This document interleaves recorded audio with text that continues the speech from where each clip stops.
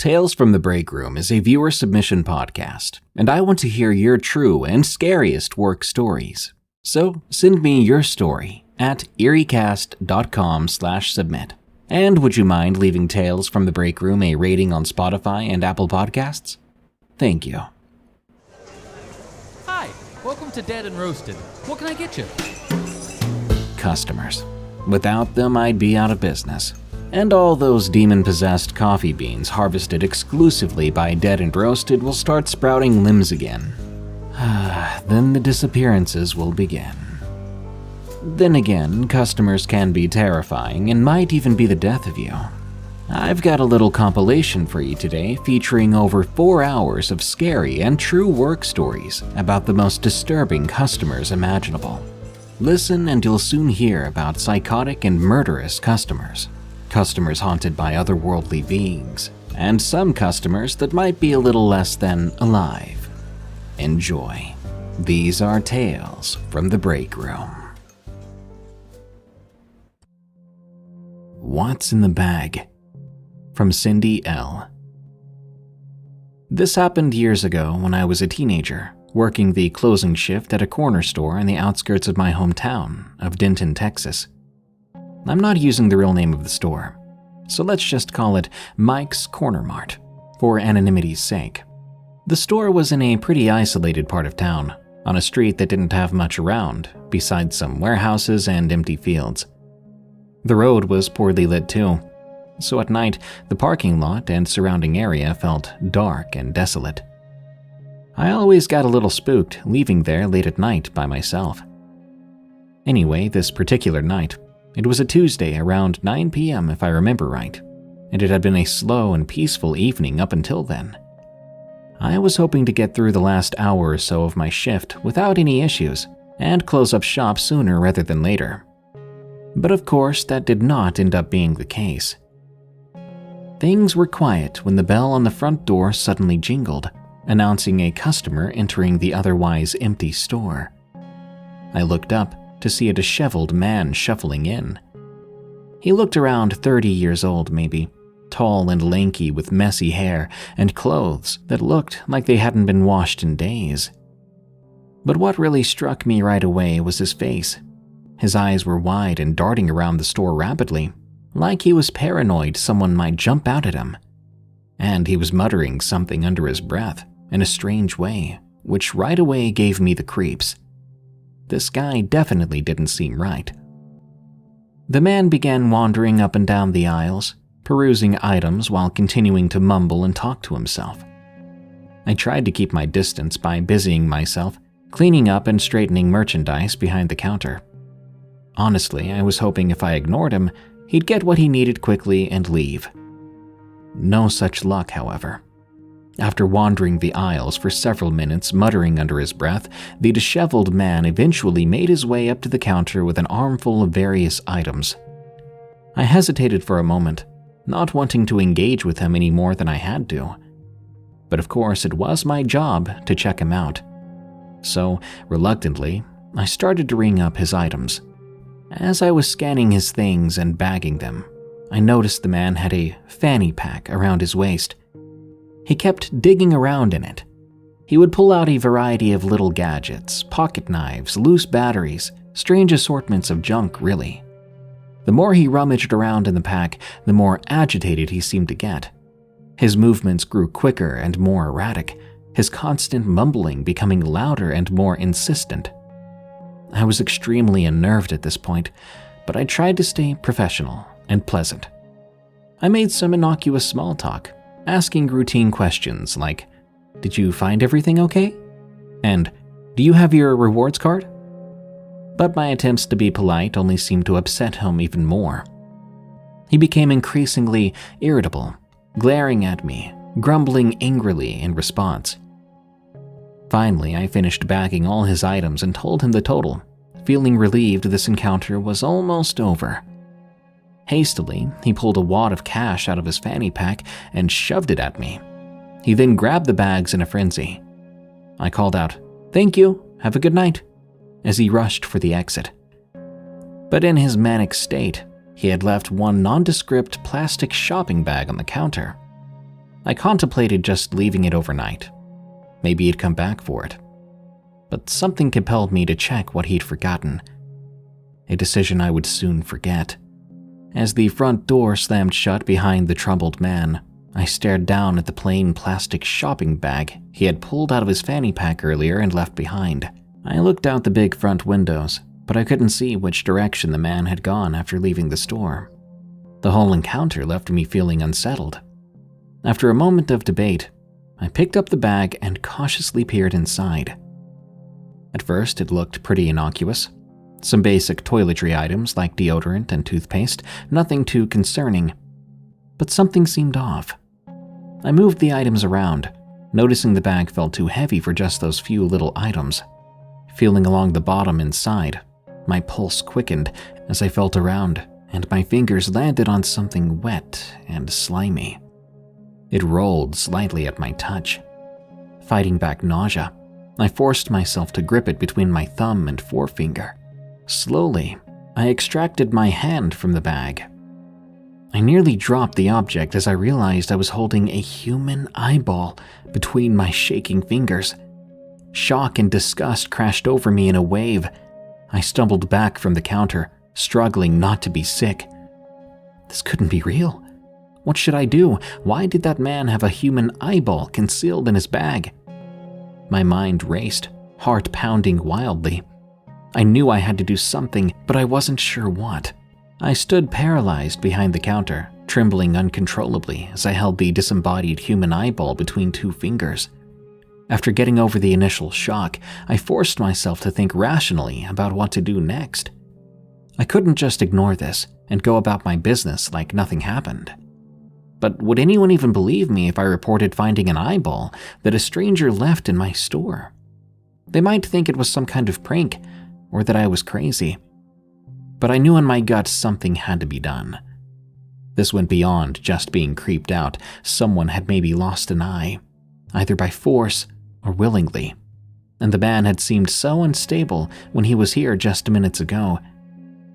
Hands shaking, I grabbed a few paper towels, gingerly wrapping up the eyeball so I wouldn't have to look at it anymore. Carefully, I placed it back in the bag, closing it up. I then picked up the store phone with trembling fingers. I dialed 911, praying they would send someone who would know how to handle this insane situation. I frantically peered out the windows into the dark parking lot again. There was still no sign of which way the man had gone when he left. When the operator spoke, I haltingly tried to explain what had happened. They asked me to clarify a few times, understandably confused. But finally, they said police were on their way and to not touch anything further. After the longest wait I'd ever experienced, flashing red and blue lights cut through the darkness outside. The authorities had arrived, though I had no idea how to actually show them what I'd found. This was beyond anything I could have imagined happening when my shift started earlier that evening. 2 police cruisers pulled up outside, their flashing lights giving an eerie glow to the shadowy parking lot. My heart pounded as I wondered how to explain this to them. An officer tapped on the glass door, startling me from my panicked thoughts. I unlocked the door with fumbling hands and let the 2 uniformed cops inside. They asked me to explain what was going on, faces etched with concern. I gestured helplessly to the abandoned bag still sitting innocuously on the counter. The officers looked inside and immediately reacted with alarm to the sight of the wrapped-up eyeball. They quickly confirmed I hadn't tampered with it further or moved it since calling 911. I recounted the entire bizarre and unsettling encounter with the muttering man earlier that evening. The authorities agreed I'd done exactly the right thing by contacting them about such a disturbing discovery. They carefully bagged up the eyeball as evidence and took my statement. I asked, shakily, if they had any idea how something like this could happen. The older officer just shook his head grimly, unable to provide any reasonable explanation. After what felt like hours, the police finally left with the bag and the eyeball, promising to be in touch if they learned anything. I locked the door behind them, utterly exhausted from shock and adrenaline. All I could do was go home and attempt to process the night's events.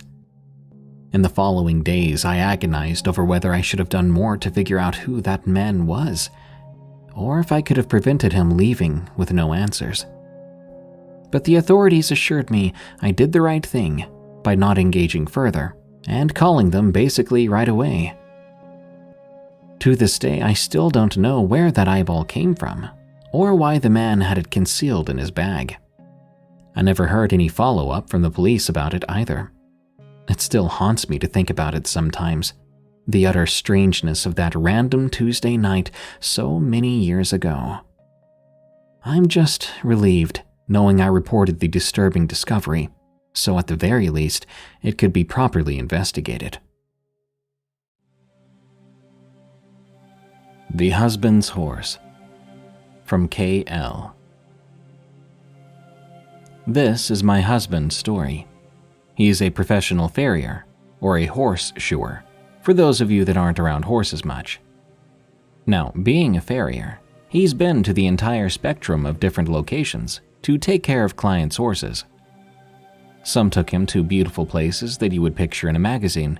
Others have been extremely run-down, barely standing sheds. When he gets called from new clients, he's usually able to look them up on Facebook first to get an idea of what he's going to be dealing with. But some of the older generations that contact him just have a landline, so he's got to go in blind. This is one of those stories. It will be told from his perspective. My job has a lot of factors that can either make my day truly enjoyable or make it the longest, gut-wrenching experience. Since I mostly work outside, the weather greatly affects my job. When it's hot out, I deal with clingy flies and heat exhaustion. When it's cold, I deal with grumpy clients having to stand in the cold holding their horse while I work on its feet. If the horse doesn't stand well, that makes my job all the more challenging. But the absolute worst part of my job is having to deal with people on a daily basis. Most are completely normal, but I've also had my fair share of the not-so-normal horse owners. This story by far is the most unnerving and creepiest scenario I've ever dealt with, and it definitely shows the dark side of poor mental health. This took place during the winter in Colorado. I received a call from an elderly woman late one evening. She asked if I could come take a look at her horse that wasn't getting any better after having a few other farriers come out to work on him. I asked her where she was located, and she gave me an address. It worked out that she was in an area I was going to be close to in a few days. I cover a 3-hour radius from my home, and she was about an hour and a half away. I told her I could work her in at the end of the day on my way home, and then I asked if she had a barn we could work in, since it would be dark by the time I'd get there. She told me she had a very nice large barn that had electricity and a large heater in it. I thought, great, this one will be a piece of cake. We agreed on the date and approximate time, and she gave me step-by-step directions to get to her place, as the closest small town was about 20 miles away. In other words, she was in the middle of nowhere, but that wasn't anything unusual for me. The day came and I finished up my previous appointments, and I started heading in the direction of her place on my way home. It was snowing hard by that point, and I was really looking forward to that nice warm barn that she said she had. I pulled off the interstate, and I started going down country roads. I was keeping an eye on my odometer to make sure I didn't miss any turns, as I had no cell phone reception. Before long, I finally saw a sign that read farmhouse with an arrow, indicating the last turn that she had instructed me to make. About 1.5 miles later, I came to a ranch at the end of a dead-end road. I thought, no, this couldn't be the right place. There was a little farmhouse and a big barn, but everything was completely dilapidated, run down. It looked like it had been abandoned for years. I sat there rereading the directions she gave me, thinking, well, crap, am I really going to have to drive 20 miles back to town to get reception just to give this woman a call?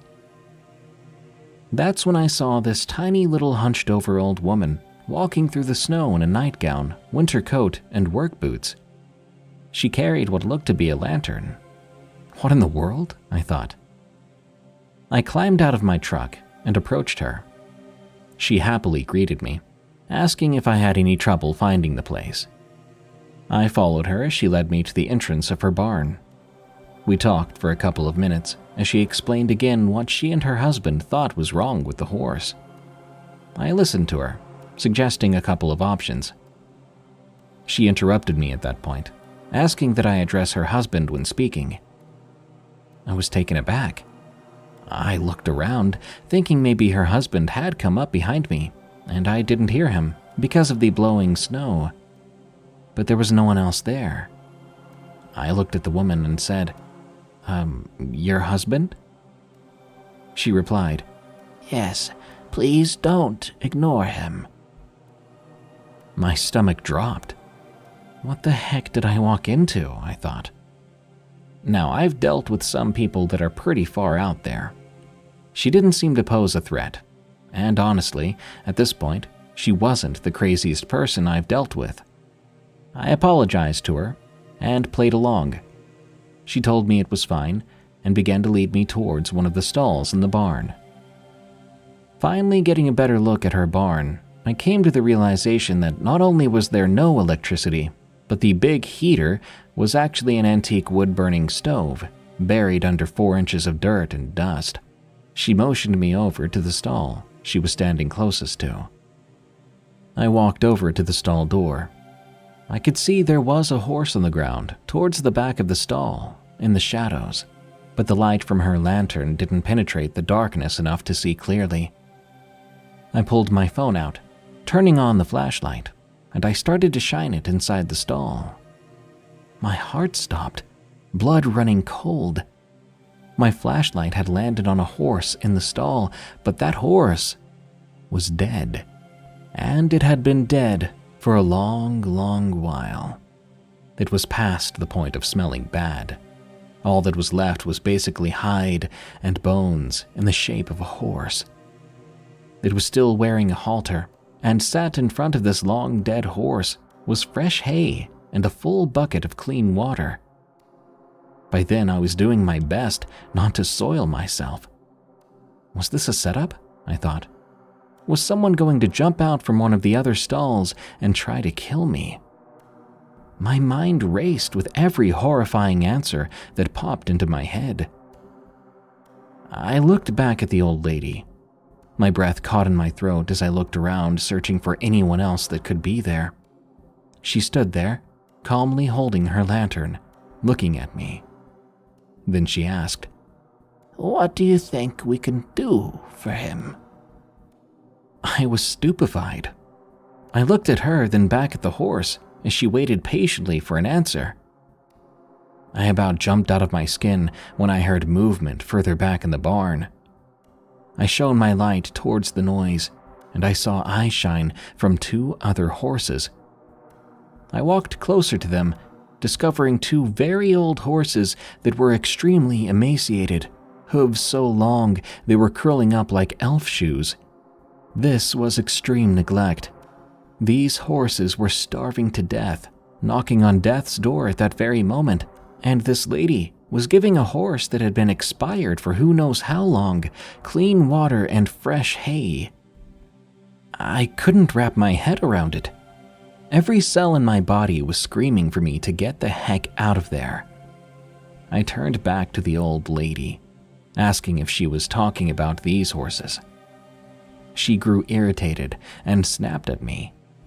"No, I'm wanting to know what we can do to help my husband's horse right here," swinging the lantern towards the dead one. My mind was blown. I had no idea what the heck was going on, but I felt like I needed to tread lightly with this woman. After all, we were out in the middle of nowhere during a large snowstorm, and I had 0 cell reception. She seemed like a frail, little old lady, but who knew if there was a shotgun stashed somewhere close by or if anyone else was hiding there? In my experience, and having relatives that lived far off the beaten path, those were the people you didn't mess with. I stood silent, trying to hide the panic I was feeling. Finally, I blurted out a routine answer for a client of a horse that needed corrective work. So, what I'm going to need you to do is call a vet and get me some x-rays on this horse. I want to see what's going on inside his foot before we do any sort of corrective work. Once you get those x-rays, I'll have the vet email me the images. Then I'll head back out here and get them fixed up. She looked to her left and asked, "Does that sound good?" I'm assuming she was asking her husband. She waited a couple of seconds, then said to me, smiling, Yes, we think that is a good plan. Thank you. I will get a hold of our vet first thing in the morning. How much do I owe you for coming out?" I was already starting to walk towards my truck to get the heck out of Dodge. I yelled back over my shoulder, "No charge. I'll be in touch with you after I hear back from the vet. Then we'll schedule another visit." I started my rig and threw it into drive. I hauled tail out of there, trying to remember the way back to the interstate. I kept replaying the whole interaction in my head. Did all that really just happen? As soon as I had reception, I put in a call to the county sheriff, and I started to explain the situation to him. He asked if it was Mrs. A on County Road X, like he wasn't even surprised at all. I was floored. Yes sir, that's her," I told him. "Do you think she needs a welfare check?" He explained I was the third farrier to call about her, but apparently I was the first to tell anyone about the two emaciated horses that she had in the back of her barn. Apparently, I had stayed much longer than the others who had been called out there. He told me point blank that he would not send anyone out to her place, as he already had multiple times in the past. I was getting the vibe that it would be difficult to find anyone willing to go out there and deal with her. I was frustrated, persistent that I was concerned about her and those horses. I told him that she was talking to her husband who was clearly not there, that I thought she needed help. Those two other horses would surely die if nobody stepped in. He stopped me, took a deep breath, and explained that years earlier, before he was the sheriff, her husband had disappeared and was assumed dead, although his body was never found.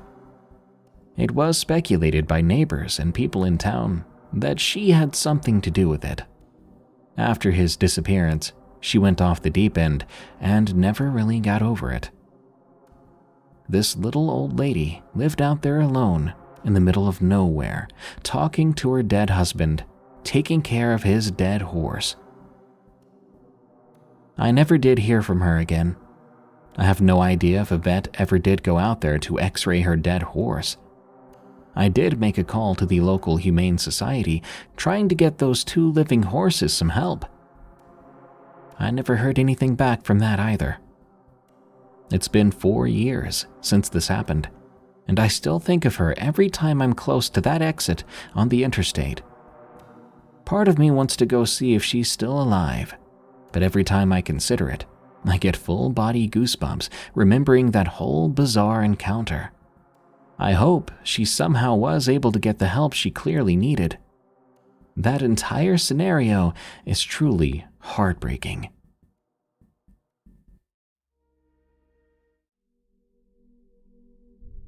The Nightmare Bar, from Backpacking Deer. After years of constant arguing and fighting, I moved out of my parents' house. With what little money I had, I managed to find a cheap apartment where I could stay. But to qualify for the apartment, I had to get a job fast. Months before moving out, I really only had a couple of choices. I could either be a garbage woman or a waitress. Naturally, I took the waitressing job, as I didn't want to work with garbage all day every day. Looking back on it, I definitely should have taken the first choice. Let me share with you my experiences at this job. The first few hours, I was shown the ropes by my boss, and after that, I was expected to do everything by myself. And I hated that place. The boss was a total jerk and a cheapskate, and it didn't help that the place was a total dump. The only people that went there were either drunks that had nothing better to do in life than waste their time and money drinking cheap beer, the boss's friends that were equally as terrible as he was, or a combination of the two. Now, I mostly worked during the day, and even then it was a nightmare. I can't even begin to imagine how bad it was at night for my coworkers, specifically the only other normal person I worked with who I felt comfortable talking to outside of work and hanging out with. I was constantly stressed, berated by my boss for doing something wrong, harassed by customers, frequently asked to stay overtime, etc. One day, some guy got into a big fight with my boss. They were cussing at each other like mad. Then they started threatening one another. This, however, wasn't that uncommon for him, so I didn't think too much of it. After several minutes of this, the other guy stormed out of the bar, and business continued on as usual. The following day, we began receiving random calls on the bar's phone that was near our register. After picking it up, the only thing that could be heard was something that resembled quiet breathing, broken up by static. We tried to ignore this, but every couple of hours, the phone would ring. It got so annoying that eventually my boss answered it himself and began yelling to the other end to stop calling. I heard from my coworker that the calls continued even late into the night and into the early morning, at which point the boss arrived and unplugged the dang thing. The day after that, he came to the bar later than usual, and he seemed more ticked off than normal. It was obvious something was bothering him, but I didn't want to ask because I was already near my breaking point, and if he started screaming at me again, I would have probably snapped then and there. Over the next couple of days, I began to notice that my boss started getting a lot more phone calls on his personal phone than before.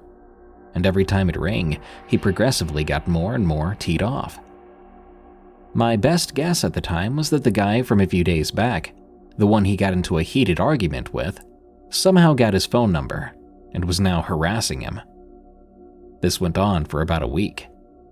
In the meantime, I began to notice that tables started getting more scratches on them each day and got progressively worse each time. First, it was just one table with scratches on the side. Then the next day, the scratches were bigger, deeper. Then the day after that, the whole table was covered in them. Then it began to happen to a second table. Then a third. I didn't think much more of it beyond being angry at whoever was doing this, because every time a new scratch appeared, I'd be chewed out by my boss. One time, I woke up in the middle of the night to the sound of my phone ringing. I checked the time. It was a little past 12 a.m. I answered, still half asleep, but after hearing the hysteria and panic in her voice, I quickly woke up. It was my friendly coworker. She kept talking over herself and not making any sense, so I tried to calm her down. After she somewhat regained her composure, she told me what happened. She was closing the bar for the night, and when she was just about to leave through the front door, someone started rapidly banging on it. She completely froze up, unsure of what to do. After the banging stopped, someone flung a brick at the window. The glass broke, but it wasn't completely shattered, so whoever it was out there grabbed the brick and threw it again, this time successfully breaking it. My coworker was completely terrified at this point. I can't even imagine what was going through her head then. She ran to the bathroom and locked herself in there. That's when she called me. After I heard what happened, I tried my best to keep her calm and told her she needed to call the police immediately. I didn't sleep a wink that night. In the morning, I heard a little bit more details about what happened. After the window had been broken, the person who'd thrown the brick didn't do anything else. No money was stolen from the register, nothing was missing from the shelves, and no further damage had been done to the bar. I had no idea what the person's goal was, and I didn't really care. I was just glad my friend wasn't hurt.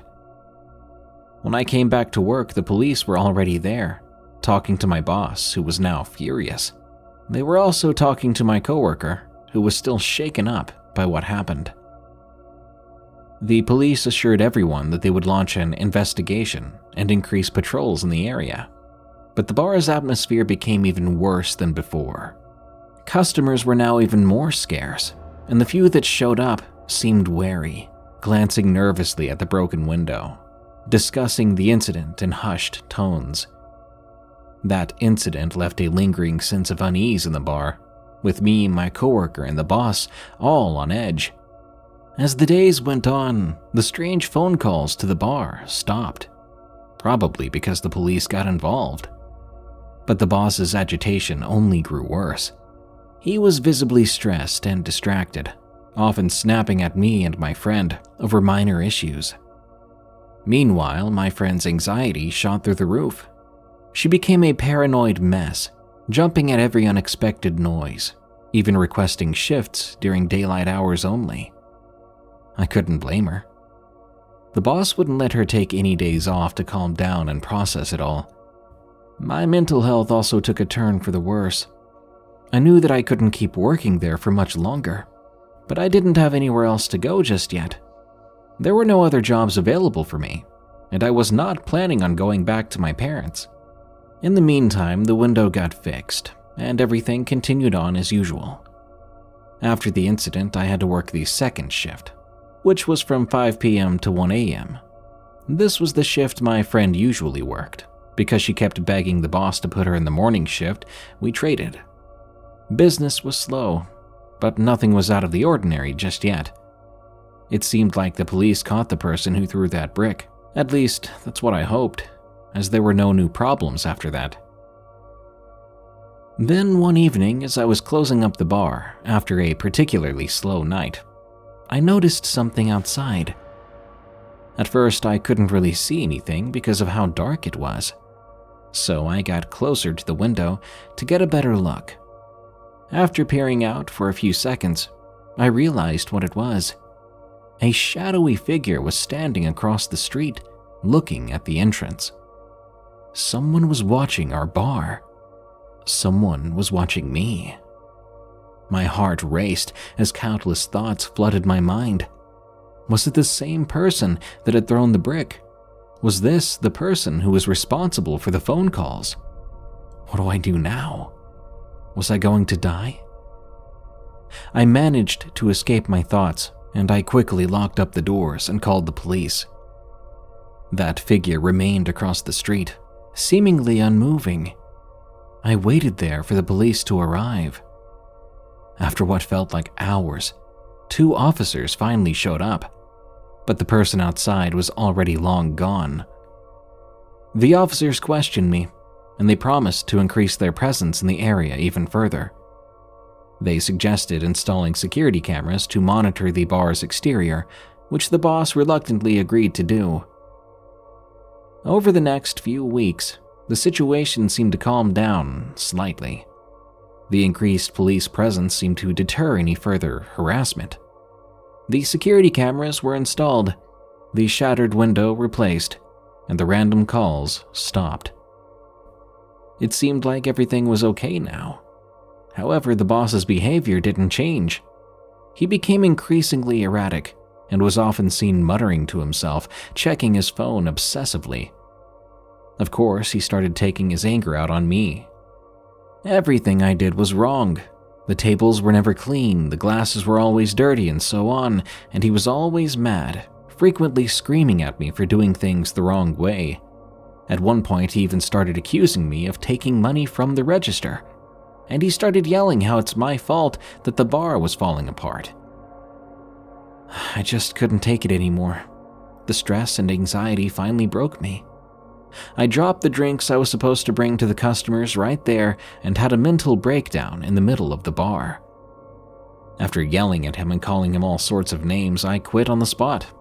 I went home and cried myself to sleep. I slept for about 14 hours. When I woke up, I had over 20 missed calls from my coworker. I called her back, and I explained everything to her. Afterwards, I heard a big sigh of relief from her end. She said she was glad I'm okay. Then she told me something that will stay with me until the day I die. About 3 hours after I left, a man came into the bar. He quickly walked over to the bar table where my boss was, took out a gun, and killed him on the spot. After shooting him, he turned to the customers, looked at them, and ran. I could not believe what I was hearing. It was later confirmed that was the same man who got into a fight with the boss. The police tracked him through the security cameras and found him in a nearby apartment building. I do not know the whole story, but they supposedly fought over owed money that was never returned. That man was also the one who broke the window, and the one who stared at me across the street. The police later found out his intention that night was to set the bar on fire, but after seeing me in there, he didn't go through with the plan. I'm doing better now, and all of this is behind me. I'm just glad it's all over. I found a different job not long after, and at the time of writing this, I'm still working there. But I can't help but think back on it. If I didn't leave the bar that day, would he have killed me too? $5 Chuck from Tofu Joe. I thought I'd submit this creepy encounter I had at my old job as a shuttle driver, as recently I told the story around a campfire to some friends, and they really enjoyed hearing it. So during the worst part of the pandemic, I worked as a shuttle driver / hostel manager for a hostel in Glasgow, Virginia that catered to Appalachian Trail hikers passing through that part of the Blue Ridge Mountains. I'd been working here for several months while attending online classes for my first semester of grad school in the fall of 2020. On one Tuesday morning, I woke up early as I always did to start my chores for the day, cleaning bed sheets, doing inventory on our supplies, checking the shuttle vehicles before the start of the day. After I finished my chores for the morning, my work phone rang, and when I answered, Charlie, our dispatcher and shuttle coordinator, greeted me. "Morning," he said. "How's everything going down there?" "Morning, Charlie," I said, before filling him in on the guest count and inventory item counts for the morning. Charlie took note of the hikers currently staying at the hostel and the items that he needed to bring me from our main location in the next town over, where he was calling me from, before giving me the rundown of that day's shuttle rides. "Let's see, this morning I've got you driving up to Humpback Trailhead to pick up a customer at 11:45. I checked the clock on the wall, and I saw it was about 9. "Okay," I said. "If I leave now, I can make it by 11:45 easy." After that, I hung up the phone and got ready to head out. A few other customers had stayed at the hostel the night before, and were now lounging around in the comfy deck chairs that we had set up around the campfire pit the night before. I didn't know the real names of any of the customers that came through the hostel. Most hikers on the Appalachian Trail are given nicknames by their friends, or people that they encounter on the trail, and a lot of them choose to go by their nicknames rather than their real first names. The nicknames are always meant to be ironic or make fun of the person in some way. I walked out onto the front porch and past the circle of lawn chairs, where Hats Off, Rescue, Pilgrim, Mischief, and our friend Six String were all chatting, having their morning coffee. I waved at them and told them I'd be back later in the day after I picked up our new customer, who went by the nickname $5 Chuck. I pulled out of the short driveway and headed down the road toward the Blue Ridge Parkway, which would take me north toward the trailhead, where I was supposed to meet $5 Chuck. A few hours later, I arrived, and I sat waiting in my shuttle since I'd gotten there a few minutes early. No cell service meant I couldn't contact the customer, so there was nothing I could do but sit back and hope he showed up at the appointed time. That wasn't always a guarantee with some of these hikers. After a few minutes of waiting, I saw the top of someone's head pop up from behind a low wall on the other side of the parking area. I don't remember many details about $5 Chuck, or any of the customers I've met when I worked at the hostel. but his head topped with a bright green baseball cap really sticks out in my memory. As he climbed up the steep hill leading to the parking area, I could see more of him and assumed he was the guy that I was supposed to meet. I stepped out of the shuttle vehicle and waved at him. I caught his attention, and as the hiker in the green hat crossed the dirt parking lot towards me, I noticed he was walking with a limp. As he approached, I called out to him, "Good morning. Are you $5 Chuck?" The hiker replied, "Yes, sir. Are you the guy from the hostel?" I replied, "Yep," and offered to help him load his pack into the back of the shuttle. Once he and his gear were loaded up, I started the engine and began the drive back to Glasgow. Most of the hikers I picked up liked to talk a lot. Many of them were coming into town after days in the wilderness and would excitedly tell me about all the cool adventures they'd had since they'd last stepped foot into a town. $5 Chuck was different, though. He seemed tired, but I thought I'd try to strike up a conversation anyway, to see if he felt like discussing something. "So, what brings you into town?" I asked, briefly glancing back at $5 Chuck and his green baseball cap through the rearview mirror of the shuttle. Just need to rest a bit and resupply," he said. "I banged up my leg last week and I wouldn't mind giving it a few days to recover before I keep hiking south." "Sorry to hear that," I replied. "I know we've got some wraps and icy hot packs back at the hostel, and you're welcome to use them once we get back." "Thanks," he said, before telling me a little bit more about what had happened to him. He said that he'd been staying at another hostel in a town north of us, and when he'd left that hostel, rather than taking the shuttle back to the trail, he had decided to walk back to the trailhead instead. And as he had been crossing the Blue Ridge Parkway, a pickup truck hit him in the crosswalk. He had spent a few days in the hospital, recovering, before continuing down the trail. That was pretty much our whole conversation as we drove back into town. After I offered him some words of sympathy, he told me, "Thanks," and for the rest of the drive we were both silent. Most of the time, hikers fall asleep during the ride back into town, and I figured that $5 Chuck was probably just passed out in the back seat. When we returned to the hostel, I was in a hurry.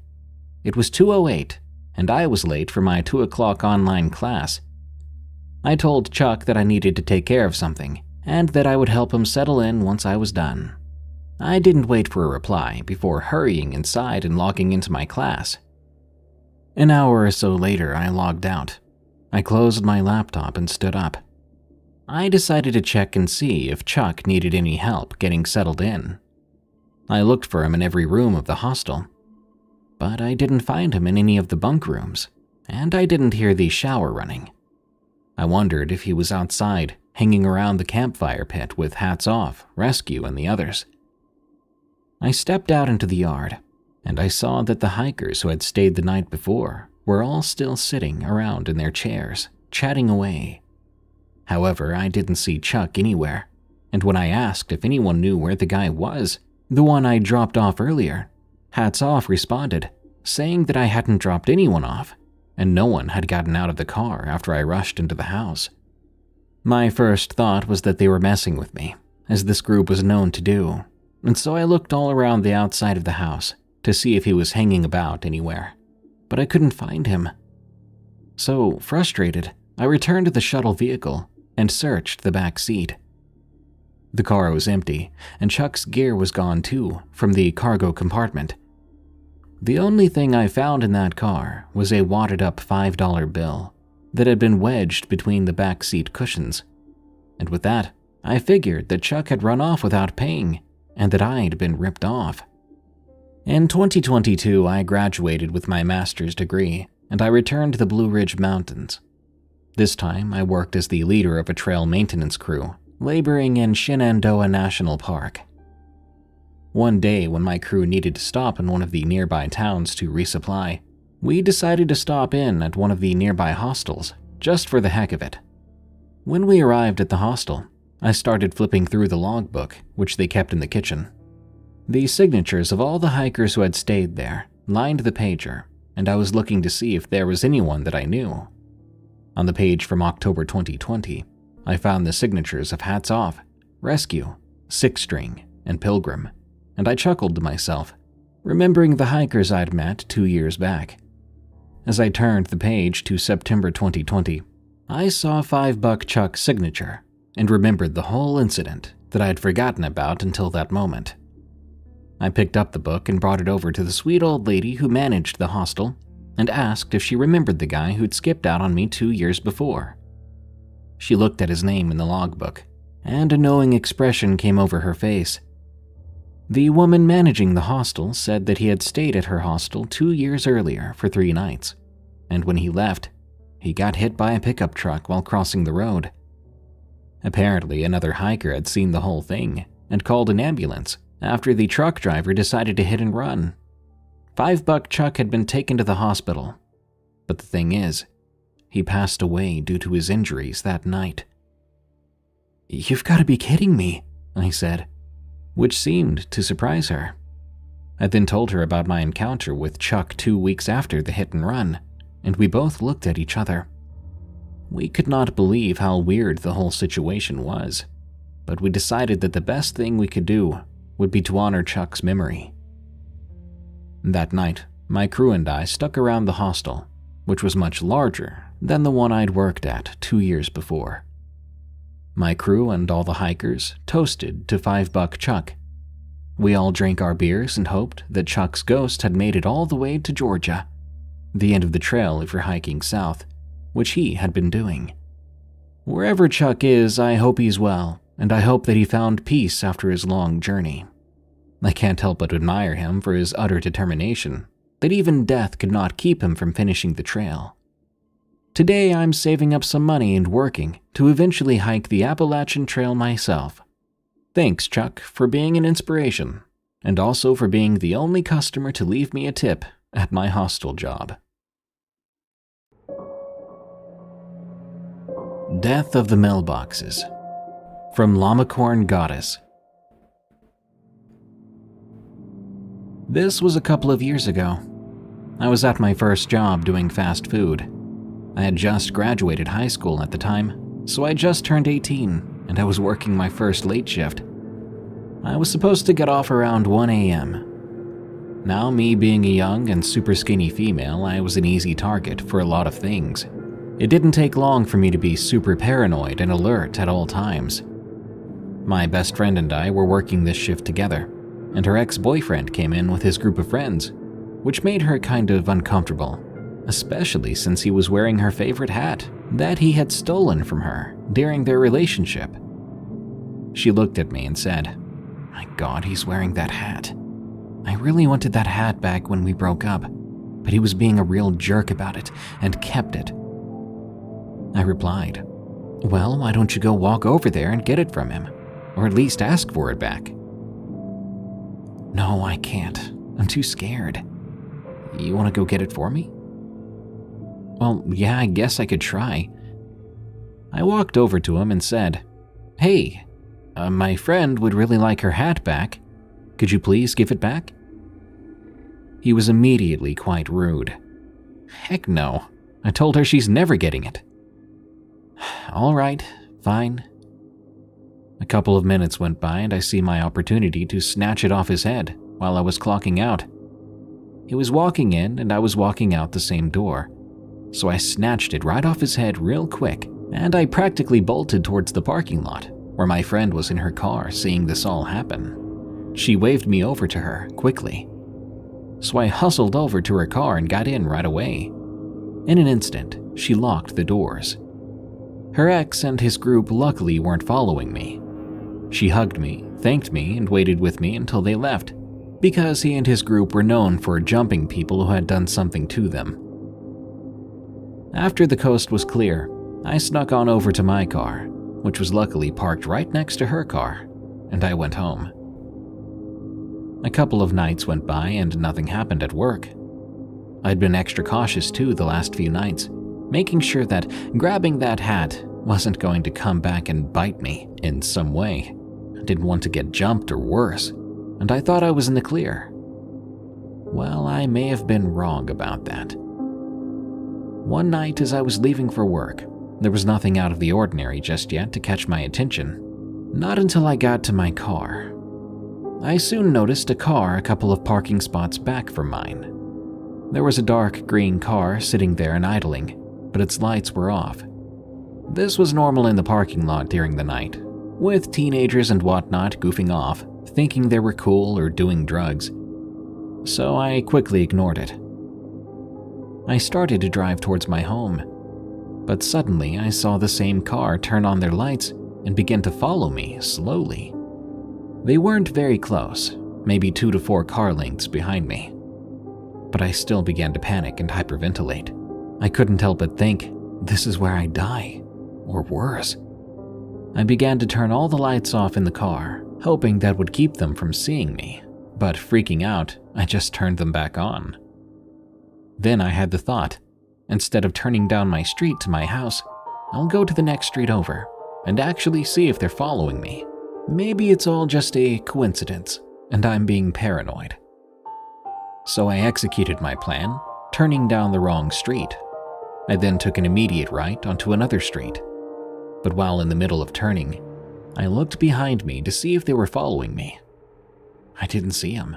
I turned back around, and less than 10 feet in front of me were 2 mailboxes. I quickly slammed on my brakes, but it wasn't enough.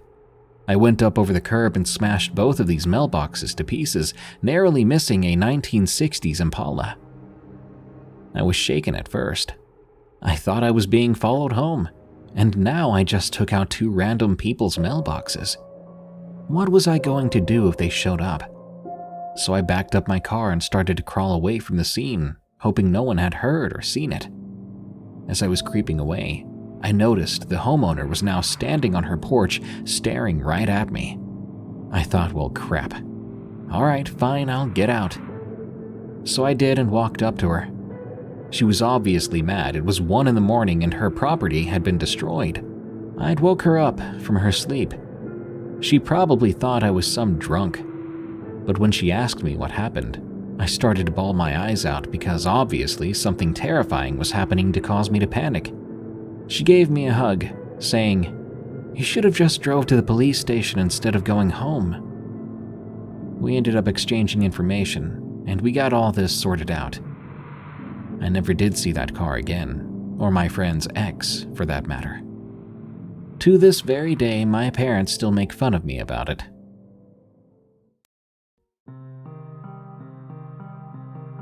Be honest with your paramedics. From Worried Health Worker. I worked as a paramedic in South Africa a few years ago. I worked in one of the country's most populated and substance-dependent areas. This particular call occurred when I was still new and arrogant. I thought I didn't need any backup. A call came through for a young man having a possible cardiac event. We loaded up and got going. Once we got there, we realized the place was an isolated abandoned house. My partner and I walked up to the gate, which was already open. Immediately, I'm hit with this bad feeling in my gut. Not the normal, "this is a sketchy area" thing, but more of a, "you need to run, now."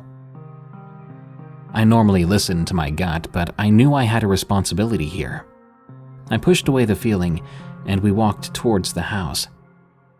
My partner and I were chatting about the cardiac event and the possibilities of what we might be walking into. As soon as I got to the front door, we knew something was wrong. Normally, we'd have to have permission to enter a home, but in this case, the door was wide open, so we were allowed to go in. Inside, there was silence. No one screaming or calling for us. No one running towards us. We moved farther into the house. In what I can only assume was the lounge, we saw 3 people. 3 men, to be precise. One of them was on the ground. The others were sitting near him. There was no attempt to greet or acknowledge us. Someone call for an ambulance?" my partner asked. Both the men who were sitting looked towards each other, then at us. Let's call them A and B. A was the closest towards me. He looked at B and then said something in a language I didn't understand. I could tell he was slurring his words too, and he was angry. Suddenly, A gets up and runs straight towards B, and they start to argue. I looked at my partner and he motioned towards the two of them, starting to move over there to take control of the situation. I knew this meant I was on patient duty. At that point, I could see our patient, C. He was curled up on the ground. As I made my way towards him, I started to take in the scene around us. There was vomit on the ground near him. He was thin and looked to have a rash on his arms. As I got near him, I could see his eyes were open, but they were glazed over. Luckily, he was conscious. "Hi, my name is N. I'm here to help you," I said, as I started to put my equipment down. As soon as my bag hit the floor, both A and B go silent. All I can hear is my partner trying to ask them questions. At this point, I looked around my patient. Lying next to him is what looked to be a sugar straw. It was half smoked.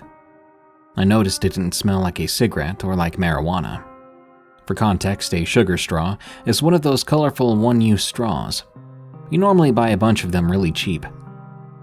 As soon as I saw this, I knew we were dealing with substance abuse. These straws are often used as they can be bought in bulk and do not require the coordination of rolling a cigarette. "I need to check your pulse. Is it okay if I take your hand?" I said to my patient. As soon as I touched him, he screamed out in pain. With that, the glazed eyes, the half-burnt straw, and vomit, I knew what I was dealing with. In South Africa, there's this substance, commonly referred to as nyope. It's a concoction of a bunch of really bad substances. I then hear A and B say something. They've realized that I know what's going on. I gesture to the straw and my partner comes over.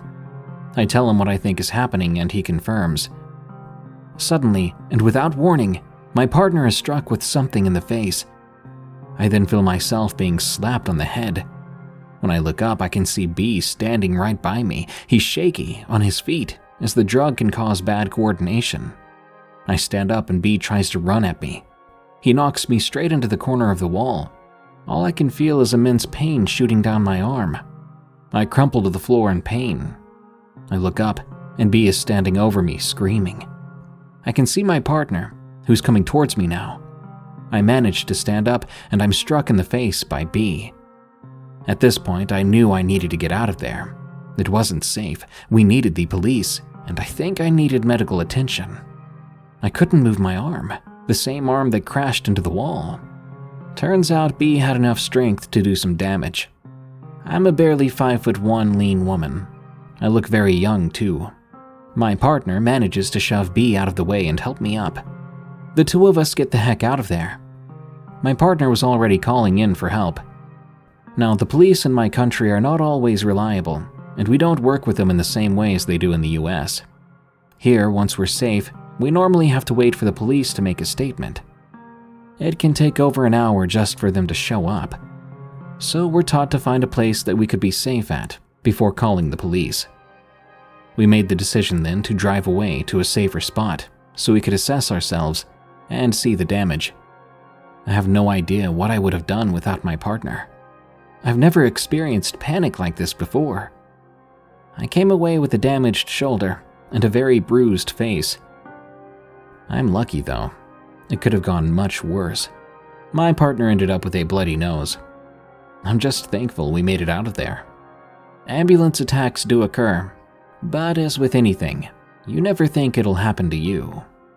I have no idea what happened to my patient, but I do know I'm lucky I escaped with relatively minor injuries. One day they'll all be bald. From Snippet. For a bit of background, I got my haircutting license in high school. It was a great program and only cost about 10% of what other options did. In our senior year, brands or companies would come to the school to try to push their products or recruit us. One salon that came was a sport-themed men's salon chain. I'm sure you can Google it and find it quickly. When I got older, I realized it was like the salon version of Hooters. All the stylists were women, and we had to wear black leggings and flattering uniform tops. But as a green, clueless 18-year-old eager to get into the field, the pay was really great. I have many horror stories from that place. The guys there could be creeps. Working there, I developed really bad anxiety and resentment toward men, but I've since gotten better. Allow me to share 2 stories out of the many from my time there. The first one was about 4 months into working at the salon. My sweet older coworker Lou and I had the opening shift. She and I set everything up and opened up for a slow Tuesday morning.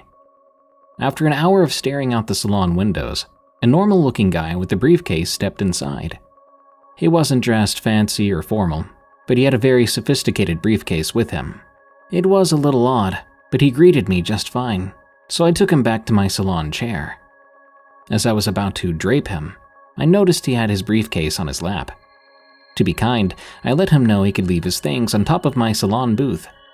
He turned to me with a straight face and said, "Oh, you wouldn't like what I have in here." I felt a chill down my spine. I never asked him what was in it. I really didn't want to know. I was simply there to provide comfort. I cleared my throat and replied as non-threateningly as possible, "No need to tell me, but the offer stands if you change your mind." I didn't make small talk. I just wanted to get him out of there as soon as possible. My coworker went to sit in the break room, and there was no way for me to inform her about the panic filling me. I must have finished his cut in record time. At the end, he started giving me a crazy shooter vibe. So I began saying how beautiful the day was outside, hoping that whatever plans he had went well. His straight face broke into a smile, and I felt the tension fall. I finished, rang him up, and he and his briefcase left.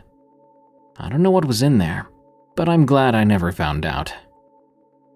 The following story is one that still haunts me when I'm in another tension-filled customer service situation. It was a rush at the salon, and there were only 3 of us. Me, Jesse, and Diamond. Jessie was a short but amazing stylist. People would wait hours for her. She didn't take crap from others. Diamond was a sweet southern 6-foot stylist who really cared about all of us and made me feel safe working there. I took another client to my chair after hours of nonstop rush with a full lobby. Another important fact is that we're near a military base and offer military discounts. Most of our clients are from the Air Force. I can't remember if this guy was, but he was about 6 feet and had RBF, resting B face if you know what I mean. Otherwise, he was polite. He told me what he wanted and I started to snip away, making pleasant conversation. I asked if his cut was looking good, as I was almost finished. He looked at the mirror, smiled, and said it was good. I finished off the top and put my tools down. I saw his expression in the mirror change. He frowned. I began to get nervous. I asked if everything was okay.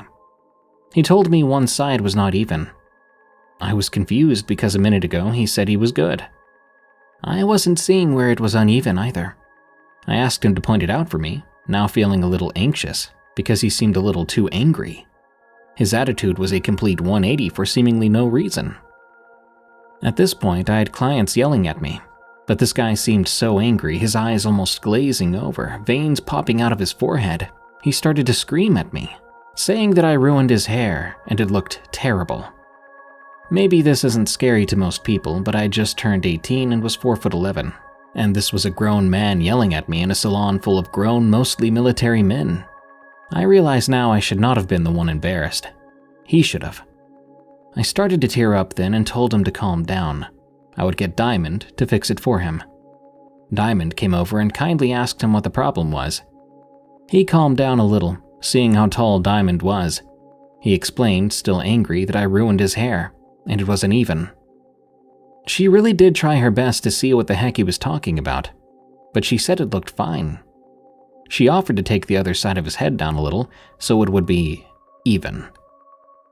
At this point, it occurred to me that maybe he was trying to get his hair cut for free. Also, for more context, the reason I was paranoid about this behavior is that I've always been a true crime nerd. I've heard countless stories of people getting hurt for simply looking at someone funny. I didn't want to die in the salon at age 18. He continued to throw a fit in the store, and by then the other men were glaring at him. He ripped off the cape I put around him and towered over me, telling me he was not paying for this. I was so scared and just wanted to burst into tears. I know I was surrounded by men, but this guy was inches away from me. He could have hurt me before anyone got to me. I tried my best to collect myself and told him to have a nice day. He stormed off to the front of the store, and I lingered behind because I had to check him off our computer system in order for me to appear as available for the next client in the system. The man took this as a sign that I would be charging him for the cut and stopped at the counter with me. He angrily flared his nostrils, screaming only a foot or so away from my face that he was not paying. I nodded and told him, "No, you aren't. Have a nice day." I saw his eyes change, like he was upset that I was arguing with him about it. But I just wanted him to leave so I could run to the back and start sobbing. I saw his hand hover over one of his pockets and I panicked, thinking he was going to do something. But he looked around our still crowded lobby full of men glaring at him. His stance relaxed and he stomped out. I was relieved, and I then fast walked to the back, shaking and crying. At the end of the day, the man had stayed until we closed. He just sat in his car waiting. I was mortified, but luckily, 2 people always had to close, and Diamond always made a point to walk me to my car. Everyone went home safely, and I made sure he didn't follow me home. Just remembering this event makes me extremely emotional. I know it could have been worse, but being so young and fresh in that field, it was a very harrowing experience. The solace that I have found is that most men go bald around their 30s, so one day terrible men won't have the privilege of terrorizing salons anymore. Just please be nice to stylists. They are people too, and are mostly happy to accept mistakes and fix them. Now, 5 years later, I work in a cushy office, and from time to time I do have to answer calls from customers. When one gets upset, I find myself starting to breathe a little heavier and panicking, remembering how that guy acted when he got upset. Well, stay safe out there, stylists. Uber Nightmare from Stixel. It was close to 3 a.m. on a Tuesday night when I got the pickup request on my Uber app. I'd been driving around the industrial part of town for over an hour without a single fare. This area gets pretty deserted late at night, so I was thankful for any request that came through. I followed the directions to the pickup spot, an alleyway squeezed between 2 warehouses. Pulling up to the location, I strained my eyes, searching for the passenger in the shadows. After a moment, I saw movement near the dumpster. A figure emerged, walking slowly towards my car. I popped the locks open as they approached the back door. I greeted them when they got in, but they didn't say anything back. I noticed the passenger was wearing a dark hoodie pulled up over their head, so I couldn't really make out any features. They just slumped silently in the back seat. I confirmed the address with them for the destination. All they did was nod slightly under their hood in response. "Okay then, here we go," I said, trying to sound upbeat. I pulled away from the curb, ready for a nice, easy trip.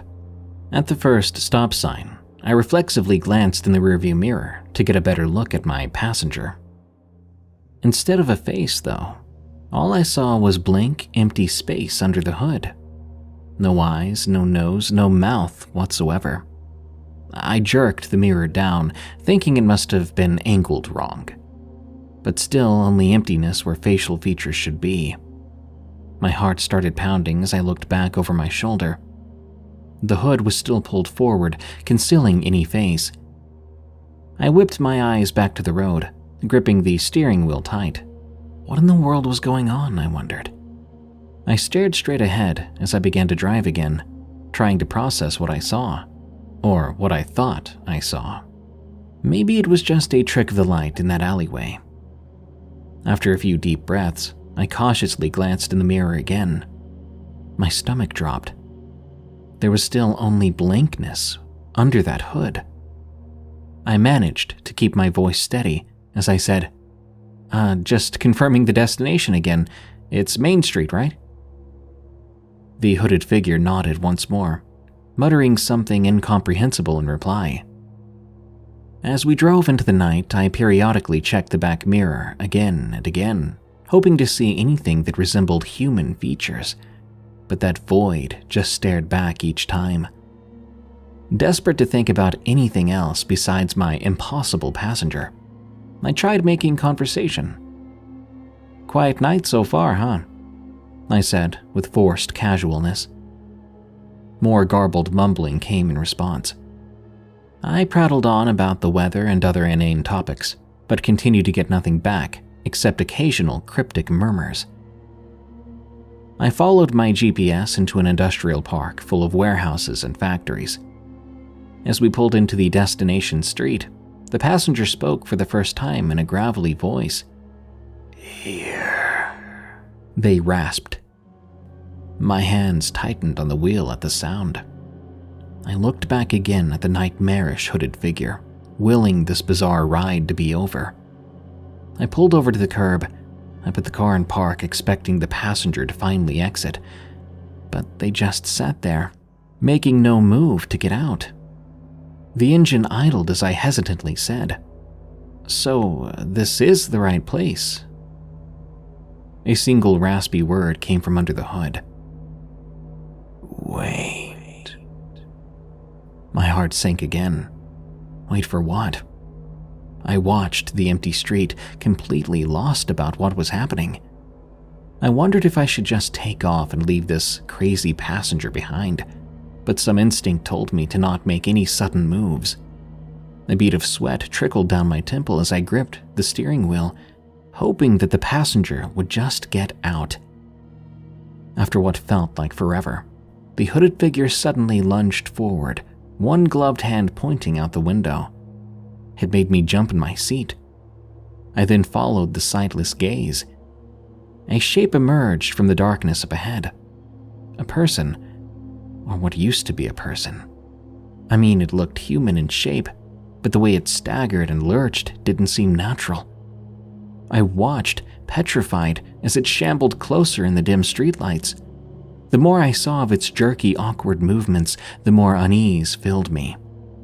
It drew nearer until I could make out tattered clothing hanging from its misshapen frame. The skin was visible, and it looked pasty and sickly in the pale light. It didn't seem aware of anything, focusing only on its shambling walk. Revulsion hit me as a recognition dawned. This thing looked like a zombie or ghoul straight out of a horror film, somehow set loose on this abandoned street. Before I could even react, the passenger opened the door next to them. The shambling thing outside angled towards the open door and fell into the back seat with a heavy thud. I recoiled away from the sight of it, sitting inches from the faceless passenger. A stench wafted up to me that was beyond disgusting. All of this was too much. 2 nightmares in my car that were beyond belief, beyond explanation. I was gripped by raw panic then, my hands trembling uncontrollably. I had to get out of here. As I fumbled desperately to put the car in drive, my eyes were glued at the horrific things in the back seat. How could this be real? The 2 of them sat motionless side by side. Neither made any threatening move, but their mere presence filled me with visceral dread. Blinking hard, I turned back to throw the car into drive.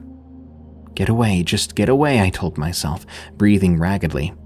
I hit the gas and the tires squealed as I peeled away from the curb.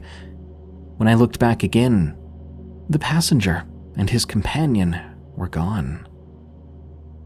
I stared open-mouthed at the now empty seats, then frantically checking the sidewalks and side streets. There was no sign of them anywhere. The only traces left behind were these dark wisps of shadow floating in the air where they'd been sitting. But even that didn't remain long. It's been so long now, but I still shudder thinking about that terrible ride.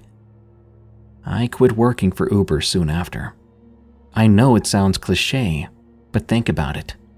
Those things, whatever they were real. And if I kept driving for Uber on those streets alone at night, they could appear again. And I just can't take that risk. I'd rather find a new job than encounter those things ever again. Shenanigans in Florida. From Emma D. This is an account of what happened to my husband when he was working as a trainer quite some time ago. We collaborated to put this story together for submission. Adam, not his real name, and I had been married for about a year and a half when this happened. As his wife, I can attest this was the most terrifying thing I think he's ever experienced. That's saying a lot, considering he's been a firefighter for years. On to the story from his perspective. I was a trainer for a moving company, which we'll call U-Tote. I'd worked my way up from an on-call diesel mechanic to trainer, and as such I traveled across the country. I've been to all the 48 contiguous states, and even made my way to Alaska and Hawaii. I love to travel. This was an amazing experience for me, and I didn't have to pay a dime. As my wife had just had our first baby, I would be starting as a shop foreman for the company, so I could be closer to home. This would be my last turnout. Miami, Florida, to be exact. It was spring, and the place was loaded with spring breakers. No worry, I had a hotel room already reserved for me, and there was a restaurant attached, so I didn't have to walk anywhere. I didn't have a vehicle anyway. The foreman at the shops I was training in would pick me up and take me where I needed to go. After an especially long day of training, I was ready for a good meal. The best part? The aforementioned restaurant was a place my wife and I liked to eat at when we were dating. They'd since closed locations near us, so I was excited to go, to knock back a few drinks and some good food at Shenanigans. Normally I sit at the bar, but that night I figured I would sit at a table. My mistake. After my first Long Island iced tea, I started to get sleepy, a little too relaxed. It had been a rough week. Cleveland, Ohio, Lexington, Kentucky, Nashville, Tennessee, Augusta, Georgia, and finally Miami, Florida. As much as I did love to travel, I had to admit this was really hitting me harder than usual. I was exhausted. I was all fat and happy, as my dad used to say after a good dinner. I'd had 2 Long Island iced teas total that had gone down really well with my surf and turf dinner. I was thinking about dessert, but I was too tired by then. I drank the last bit of water and went to stand up. I remember yawning so hard I thought my jaw would snap. I put my wallet in my back jeans pocket, as usual, and I began to walk past the bar to the door. The bartender smiled and nodded at me. I nodded back, the usual bro nod. Then a voice behind me said, "Excuse me, sir, you dropped your wallet." Then that person handed it to me. We had a light conversation as we headed out the door. Then I woke up, in my hotel room, completely confused. I was still dressed and lying on top of the comforter, glasses still on my face. My wallet was on my stomach. In one fluid motion, I pushed it off of me as I sat up. My eyes darted around the room looking for something, anything that made sense. The only thing out of place was my fully clothed self on top of the bed. What the heck, I thought. What the actual heck? Sweating, heart pounding, I stood up and swayed. I sat back down with a whoosh at the foot of the bed. I gave myself a once-over in the mirror across from me. No bruises, no black eyes, no strange facial tattoos. My hands were shaking, but they were okay. No needle marks on my arms. I checked under the rest of my clothing. I was okay. What in the actual world happened to me? I felt like Winnie the Pooh pointing to his brain saying, "Think, think, think." Nothing was coming back. I remembered walking out of that restaurant with that guy, and then I was here. I snatched my wallet up off the floor where it had landed. Everything was all there. Debit card, driver's license, phone card. Well, at least they didn't take that. I'd had my company phone card lifted before. I kinda chuckled at the time when my wife called to ask me if I'd called Zimbabwe. But this was different. I looked again. Nothing. Absolutely nothing was missing from my wallet. Even my 10 singles were in there. I called my wife. I wanted to hear her voice. I needed to know she and the baby were fine, as I did not feel fine at all. "Hey, you on your way?" She started happily, but I cut her off. Emma, Emma, something happened to me. I don't remember anything after dinner. I woke up here in my hotel room. Nothing's missing. I don't remember. My head feels like cotton." Silence. Then Emma spoke. "Is the door locked?" she asked. I furrowed my brow. "Dunno. Let me check." I went over, checked the lock. Locked from the inside. "Yeah, it is. I guess I had to have done that, right?" I told her. That meant I had to have been somewhat cognizant, but dang, I don't remember even doing that. "Did you tell anyone? Front desk? Maybe they saw you with somebody. Did you call the cops?" "No, I'd done nothing like that." I answered. "No, I just want to come home. If I do that, I'll miss my flight. I just want to come home." As much as she understood, she really felt I should make a report. "I'm sure your boss can arrange a different flight for you." What good would it do? I mean, I think it might have been the guy that handed me my wallet. I think I was drugged. I was so tired. Then it hit me. What if the bartender and that guy were in some sort of racket together? They could have made a killing at that restaurant. Thousands of dollars a night. If they had a group of, say, 5, they could easily get over 20 grand. I remember the nod from the bartender the night before. Maybe it wasn't for me. Maybe it was signaling the guy behind him, the guy that gave me my wallet. Well, if they do have some kind of arrangement, maybe your report could be the last one to tie it up. You really should get to a hospital and get checked out. Not to be scary, but who knows what they did to you. I then heard a keyboard tapping on the other side. Emma was looking up something. "Oh no," she said angrily. $250 is gone from our account." I was angry too. "Listen, I just want to come home. Can you come get me at the usual time at the airport, Delta Gate? I love you. Gotta go." Was it the best idea ever, just to come home? No, I should have reported it, because I found out we wouldn't be able to get that money back after I told the bank. Why? Because when they pulled the security footage, I was the one making the withdrawal.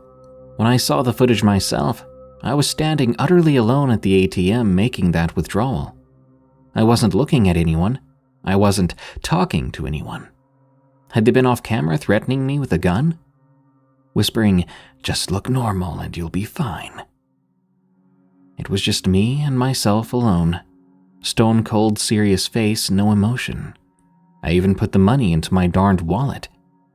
But remember how I said I didn't have a vehicle? That means someone I didn't know had to drive me from the restaurant to the ATM and back to the hotel. Talk about sending chills up your spine. This brings me to present day. I never had any kind of physical reaction to whatever it was they gave me, but it played with me mentally for quite a while. I'm an over-the-road truck driver now. Give me a little time, I might have some stories for you there. Take care, and always stay aware of your surroundings.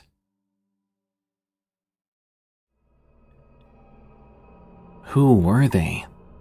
From Cassandra.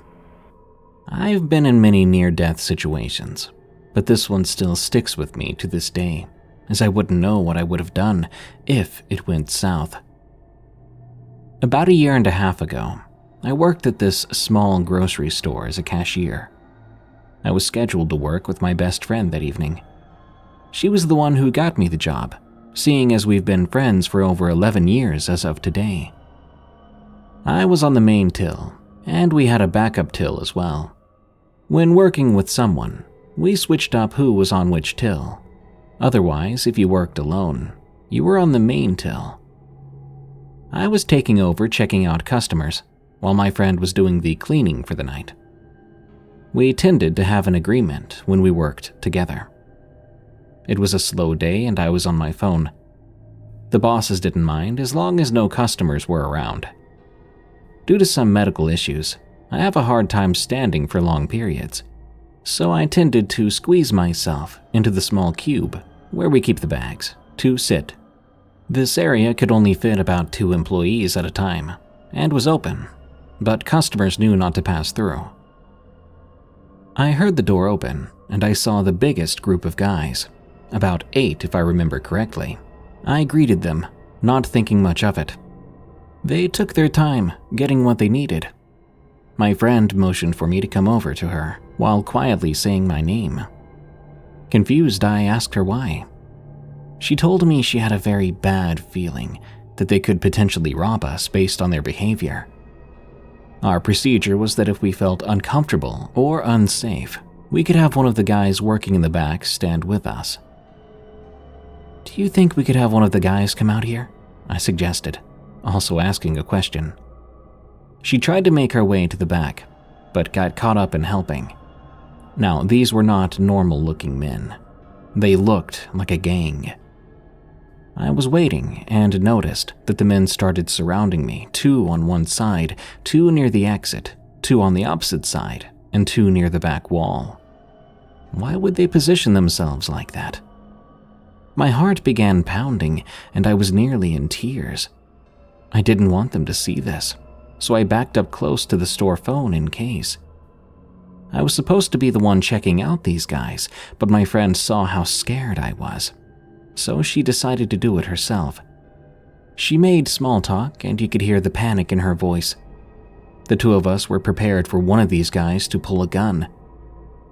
One of the men pulled out a bunch of $100 bills, throwing down one. We had markers to make sure the money wasn't fake. The bill passed, and she handed him the change. He smiled, and they left. I felt a bit of relief. My friend stood next to the door, watching. They left on 4-wheelers, each one with a shotgun on the side. One of them winked at her before they left. Let's just say we were both jumpy for the rest of the shift. House cleaning. For a time, I worked at an independent house cleaning company.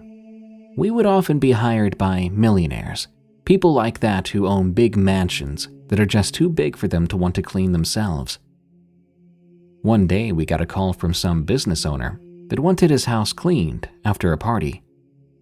Since we usually clean bigger houses, we would ask for a few hours in the house to clean, varying with the house size. The customer asked if we would be willing to work overnight due to the sheer size of the place. And it was huge. I don't remember the exact square footage, but it was basically bigger than any house I've ever lived in, bigger than all of them combined, too. My manager agreed and assigned 3 of us to work the house. He decided to pay us overtime for working overnight. The 3 of us, Rebecca, Stephanie, and I, all showed up at this house at the assigned time of 9 p.m. We knocked and the owner let us in. The guy was a tall man, wearing a suit, and he had slicked over hair. He stood up straight and was very welcoming. He told us he would be out all night, then he'd be back in the morning. He thanked us for working overnight, and he headed out, leaving the 3 of us to get to work. We decided to split up and work an hour each, then meet back in the living room for a 15-minute break. I started in the kitchen, which was on the ground floor. Rebecca went upstairs, and Stephanie started in the basement. The kitchen was huge and had a large island in the center. Party plates and red Solo cups were all over the countertops and spilled onto the floor. I began with a trash bag, picking up all the loose trash. Once I finished with that, I decided I needed to start with the dishes in the sink. The sink, however, contained mainly knives, all dirty with dark dried stains that were nearly impossible to get off. I must have spent most of my hour scrubbing them. That was it for the sink. I placed everything in the dishwasher to dry, but I noticed it was full of even more large knives. At the moment, this just seemed weird, having so many knives and all of them being dirty at the same time. But I didn't really think much more of it. I found the correct drawers later and placed them in there. The hour flew by, and before I knew it, I heard Rebecca and Stephanie calling me from the living room, wondering where I was. I quickly came over, and we all agreed this was going to take just as long to clean as we thought. After a moment of silence, Stephanie asked if any of us had seen anything unusual when we were cleaning. I asked what she meant. She told us that while she was cleaning the basement, she could not help but notice the stains on the carpet. She told us they were dark in color and were impossible to remove. The stains even went up onto the wall, and when she began to wipe them, she saw the water she used to clean turn red. Rebecca shrugged it off, saying it must have been some sort of crazy party. I could tell that Stephanie was clearly bothered, and I told her about knives I found in the sink.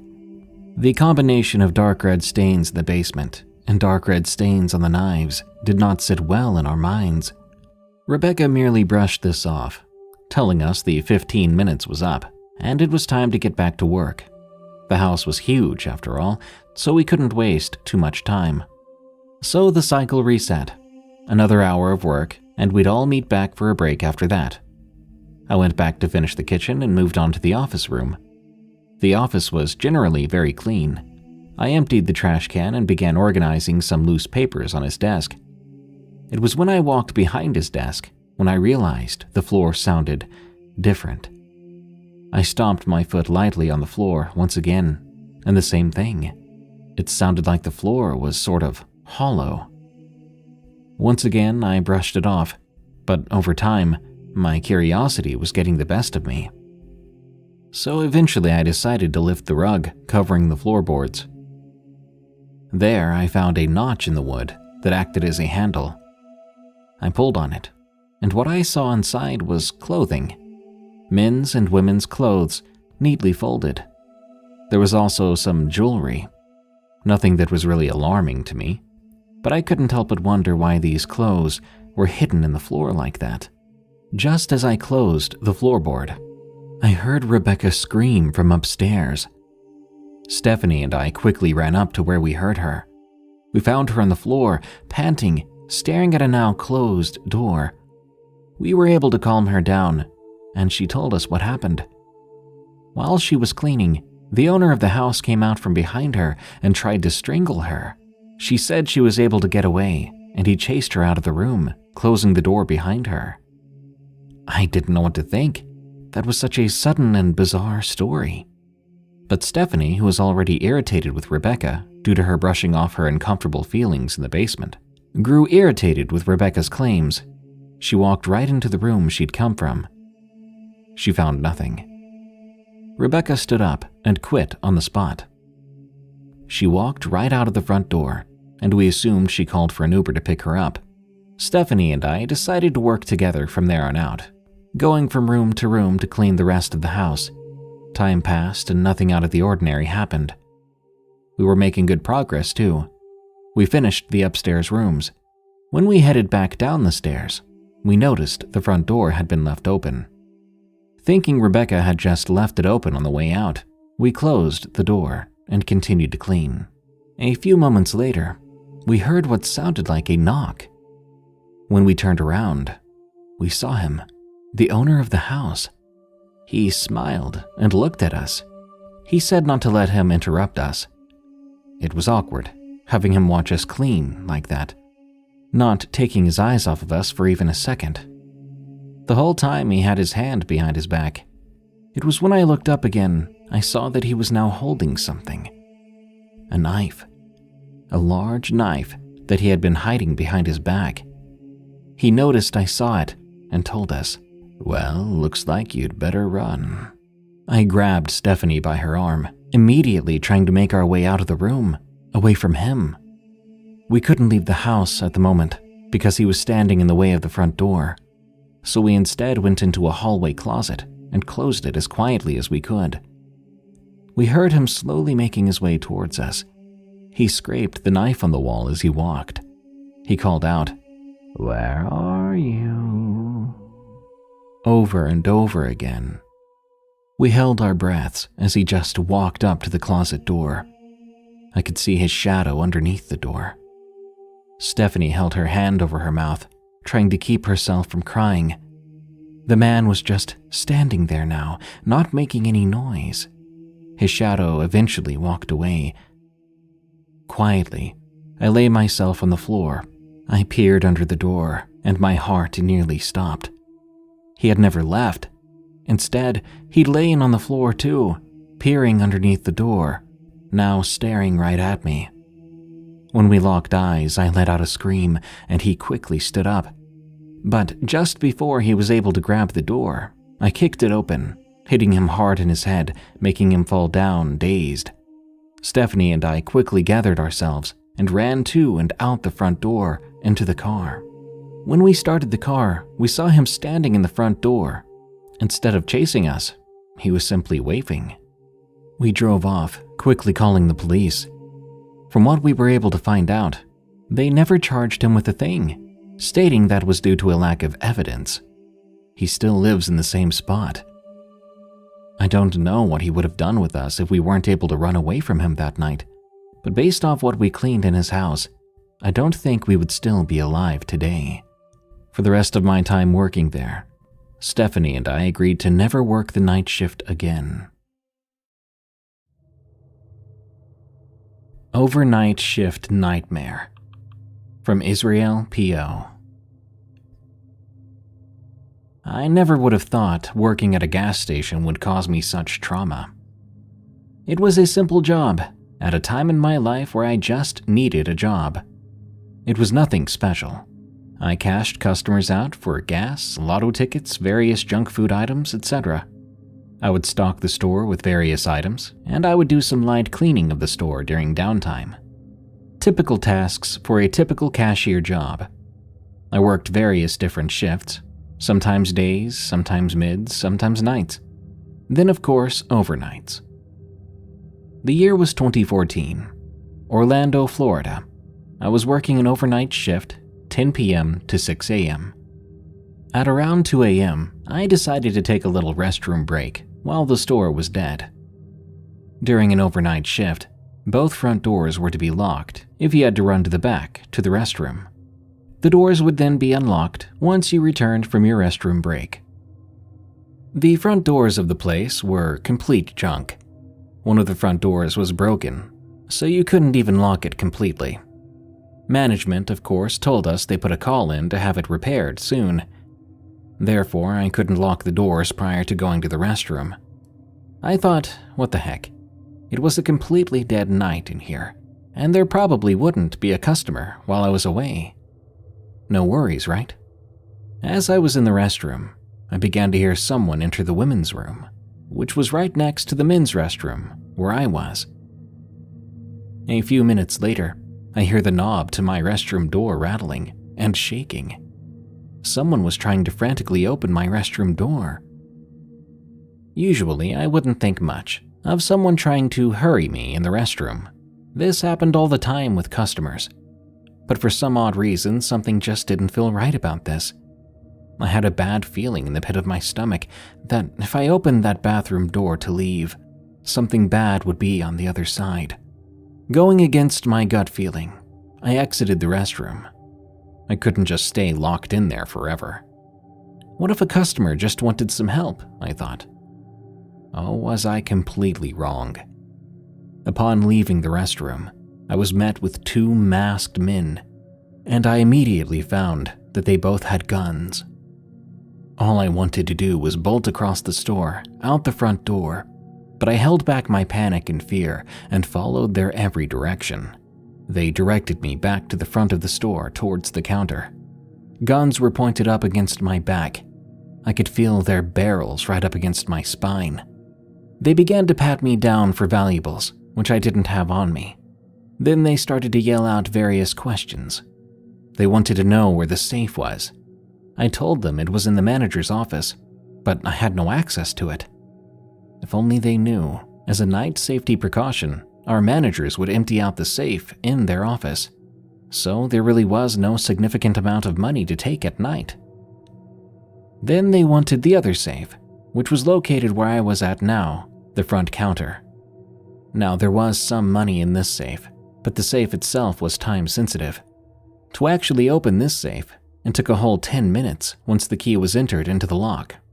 Change would then be dispersed in 5-minute intervals. I stayed as calm as I could while explaining this to them. All I honestly wanted to do was throw up right there and right then. They must have realized they would be wasting a lot of time waiting on this safe to open and dispense money. I could see they were beginning to panic.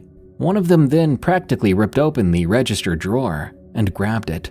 The others started taking cigarettes and whatever else he could get his hands on. They never did take their eyes off of me, nor their guns. Once they got everything they wanted, they ran out the front doors and hopped into a red Honda Civic. It's little details like that I will never forget. My hands trembling and sweat dripping down my face, I immediately dialed the police. Minutes later, I was being questioned by officers. I went through the entire terrifying situation to them, detail by detail. It wasn't too long after this event when I was catching up with a friend of mine who happened to work at the gas station not too far from the one I worked at, and he told me he was robbed that very same night. He told me the time of his experience, and it was right after my store had been robbed. Those two men robbed a total of 13 stores in a matter of a week. What got these idiots caught was during one of these robberies, one of them made the fatal mistake of mentioning the other by name. A witness told this to police, and they were soon both tracked down and arrested. Thinking back at this nightmare of an experience, I can truly say it was my focus and calm demeanor that possibly kept me alive that night. I went into fight or flight mode and realized that panicking was going to get me nowhere. I could have been seriously injured or even lost my life. It wasn't too long after this that I ended up quitting that job. To be completely honest with you, no amount of money in the world is worth my life. It wasn't a ghost, wasn't a demon that terrorized me that night at work, but two human beings. People can often sometimes be even scarier and more menacing than the supernatural, if you let them.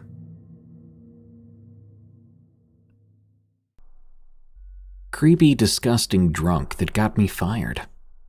From Anonymous. I used to love my previous job. I used to work at a cafe inside of an airport. It was fun. I met so many different people, and the smell of freshly ground coffee was like Christmas to me. But that all changed one night shift. Despite the airport being filled with passengers, the situation I'm about to share is the only time I was truly scared. I'm generally a calm person, always finding a way to handle unruly customers without complaints. As I was minding my own business, a very rude person entered the coffee shop. Nothing wrong with that, right? The problem was, there were only young girls behind the bar, some of whom were very young and not good at handling difficult situations. One of them came to me and said, "You have to come here right now." Well, the man must have been over 2 meters tall, unusually hefty in my standards. He was screaming about drink prices. My first thought was, well, of course, what do you expect? So I stood there with a smile, trying to calm the customer, explaining to him that we are just workers who have no control over the prices. I even sympathized with him, acknowledging that the prices were indeed high. At first, it seemed like the fire was extinguished. The gentleman spoke in a normal tone, politely asking how to get to the bathroom. Kindly, I pointed it out, and he left. After about 5 minutes, the same gentleman returned with the same question. Since I realized I could handle it myself by showing him the bathroom, I offered to accompany him there. He thanked me, and as we reached the bathroom, I opened the door and cheerfully said, "Here we are." With a slight nod, he took a few steps, then suddenly muttered something, which I couldn't understand. He stared at me, and what happened next caught me completely off guard. He grabbed my head and pulled me into the bathroom with him. Before I could even comprehend what was happening, I found myself pressed against the wall, cornered with his elbow on my neck. Everything happened so fast, I struggled to grasp the reality of the situation. The man had pulled out a knife and pressed it against my cheek. I could feel the cold steel piercing my flesh inch by inch, fear rendering me speechless. Was this really happening? Was I really going to die due to the high price of coffee? Countless thoughts raced through my head. I remember hoping for someone else to enter the bathroom, thinking how unlikely it was there wasn't someone in here already. what with it being in a busy airport. I recall the man's laughter, the way he seemed to relish having me cornered. Time seemed to slow down, and the pain intensified, unlike anything I'd ever experienced before. A surge of energy rushed through me, my blood pulsating with each beat. For a brief moment, I closed my eyes. Then I heard an angry and agonized groan, accompanied by the sound of metal. Evidently, this life-threatening situation awakened something primal within me, a fight for survival. When I regained awareness, I swiftly headed towards the door without looking back. My heart pounded so hard, it felt as if I were running a marathon. Thankfully, I never encountered that deranged man again, after apparently knocking him out in the bathroom. For the remainder of my shift, I was in shock, unable to concentrate on anything. The next morning, the manager informed me that my colleagues at the airport had witnessed me voluntarily entering the bathroom during the night shift. They considered it unprofessional. They decided to let me go. Although I do feel sad about the outcome, I'm also relieved that I no longer work there. The moral of this experience is to not make the same mistake I did. Just because you're a good person doesn't mean everyone else will be like you. Outside the bar. From Anonymous. I work the night shift at the local 24-hour store down the street from my home. It had been a long night, and I had about an hour left until my shift was over. I was busy sweeping the floors when I heard the sound of the bell. I looked up then, and I saw a middle-aged woman dressed in a torn skirt and top. She appeared to be in a rush, as she practically ran to the back of the store. Though strange, I wondered if I should offer her help. However, I decided to keep an eye on her, and continued with my cleaning. The woman then hurried to the front desk, carrying a water bottle and a bag of chips. I quickly walked over to the counter and started scanning the items. As I did, the woman began making odd noises, like grunts or even small screams. I would glance up at her every few seconds, just to make sure she wasn't going to do something, well, dangerous. I knew it wasn't right to assume the worst, but I couldn't help myself. Finally, I finished checking out the woman, and she abruptly threw about $100 on the counter before running away. I stood there in shock, watching as she sprinted down the road as fast as she could. I picked up the cash and started to follow after her, but I was stopped by a man dressed in all black entering the store. I couldn't believe my luck. Hurriedly, I ran back to the store, realizing I'd fallen into a trap. The woman and the man were working together. She'd been pretending, tearing her skirt and making those odd noises deliberately. She left that money on the counter, luring me to follow after her, while the man robbed the store. I tried the doors, but everything was locked. Helpless, I watched as the man took as much as he could. I immediately called the police, but when they arrived and searched the area, there was no sign of the man. To this day, I still don't know what happened to him, or if they ever caught him. All I know is that I'll never work the night shift again. A threatening walk home. From Kai Karp. I was 18, and I'd been working at a small pub and restaurant, about a 30-minute walk from my home. My boyfriend, Levi, lived nearby, and would often walk me home, since I worked late, till about 11 usually. One night after clocking out at 11, I met up with my boyfriend, and he bumped into an old friend named Harry from high school. He got to chatting and introduced me. Harry then proceeded to hug me without warning and asked Levi to buy them some drinks, and that he would walk us home to ensure we stayed safe as town was dangerous this late. Levi accepted the offer, despite my apprehension, and left to go buy a pack of beer. As he was in the store, Harry made some passive comments about me being attractive and being just his type, before he said, "You know, if you weren't dating Levi, and I just saw you walking through the streets, I'd have definitely taken you for my own." I laughed uncomfortably and brushed it off before seeing Levi emerge from the store with beers.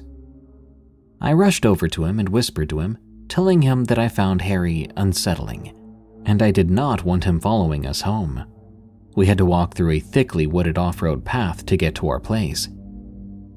He brushed it off and chuckled before telling me, "It's fine, babe, I know him. Besides, you're just uncomfortable because he hugged you. Your autism is making you anxious." This made me really mad, so I ignored him through the 50% of the walk and left him to drink and laugh with this Harry guy. However, I couldn't ignore him for too long. You see, I had dislocated my knee as a kid, and sometimes I still get some knee problems when walking too long. Therefore, during this walk, my knee gave out, and Harry and Levi had to rush to help me up. As Harry supported my weight, his hand fell a bit too low on my back, and I asked him not to help me up. I instead just used Levi to support myself until my knee set itself right. After asking Harry not to touch me, he got a bit irate. He started to talk to Levi about things that they enjoyed in a bedroom setting. Then he explained as he stared me directly in the eye, "I'm a sadist. I don't mean just a little bit of a sadist. I mean I like seeing people in pain. I want them to cry." At that point, I got really uneasy. I tried to show that I wasn't afraid, but I hid myself partially behind Levi, as Harry went on and on again about how much he liked how pretty I was, saying, You really are just my type. Your hair looks so soft and your skin looks incredible." Levi told him to back off. Harry walked off farther ahead into the wooded area. He then punched a tree before smashing a bottle and putting the lid half behind his back. He then walked back up to us and said, "All right, guys, all right. I'm calm now. Come on, relax. I'm not gonna hurt either of you." Levi stepped in front of me, telling him to back off and to go home. In response to this, Harry then dropped the smashed bottle, then started stomping away behind us, looking intensely at me. I could hear him muttering horrifying threats to my life, talking about the unspeakable acts he would commit after he enacted those threats. We had about another 2 minutes of walking. All the while, I clutched Levi's hand with an iron grip. I looked left and right and all around us before we were back out onto the main road. As we were just getting out of the clearing, rapid footsteps closed in on us, before Harry's hands landed onto our shoulders and he asked, "Oh, you live here too? Wonderful. Hey, I need to catch a bus. I'll wait for you guys at the bus stop." He headed off to the bus stop about 8 meters away. As he walked over there, I could see my dad driving down towards us. My dad parked the car and asked us where we'd been, and I saw that the time was about 12:30, which was way later than it should have been, given that our usual walk is at most 45 minutes, and that's if my knee is particularly bad. I got into the car and Dad lectured Levi as we drove off. During the lecture, I turned around to check the bus stop, which was only one turn away from our house. I saw Harry standing there, staring angrily at our car. Ever since then, I haven't been able to bring myself to walk around outside in our neighborhood at night. I do not trust Harry. Weirdo at the hospital. From Billy T. This story is from a friend. He's given me permission to share it. I'll tell it from his perspective.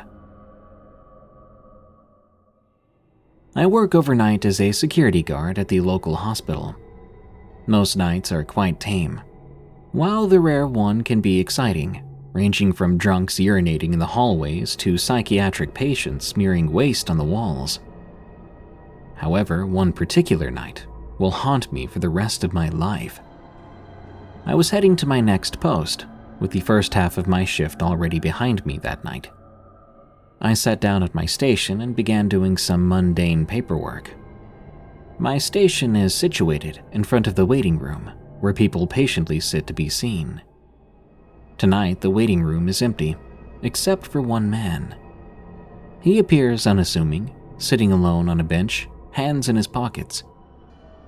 At the time, I didn't pay much attention to him and continued with my paperwork.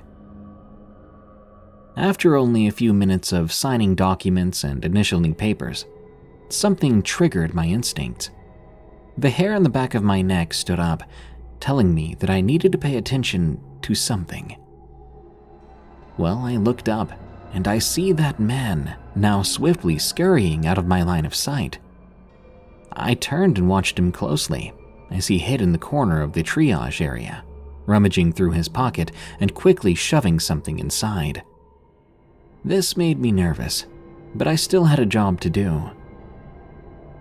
"Hey, what are you doing over there?" I called out to him. The man turned slightly, holding a cigarette in his hand, and replied with a low voice, "I'm just smoking." Of course, smoking is not allowed in the hospital, so I inform him of this and walk towards him as he began to make his way out of the hospital. As I approached him, he reached into his pocket, and what he pulled out sent a chill down my spine. It was the handle of a pistol, a real gun. His fingers were wrapped around it. Unsure if it was a genuine weapon or a novelty lighter or something along those lines, I was not about to find out tonight. I stopped in my tracks and watched in shock as he walked out through the glass doors. But then he turned back to me, a twisted smile across his face.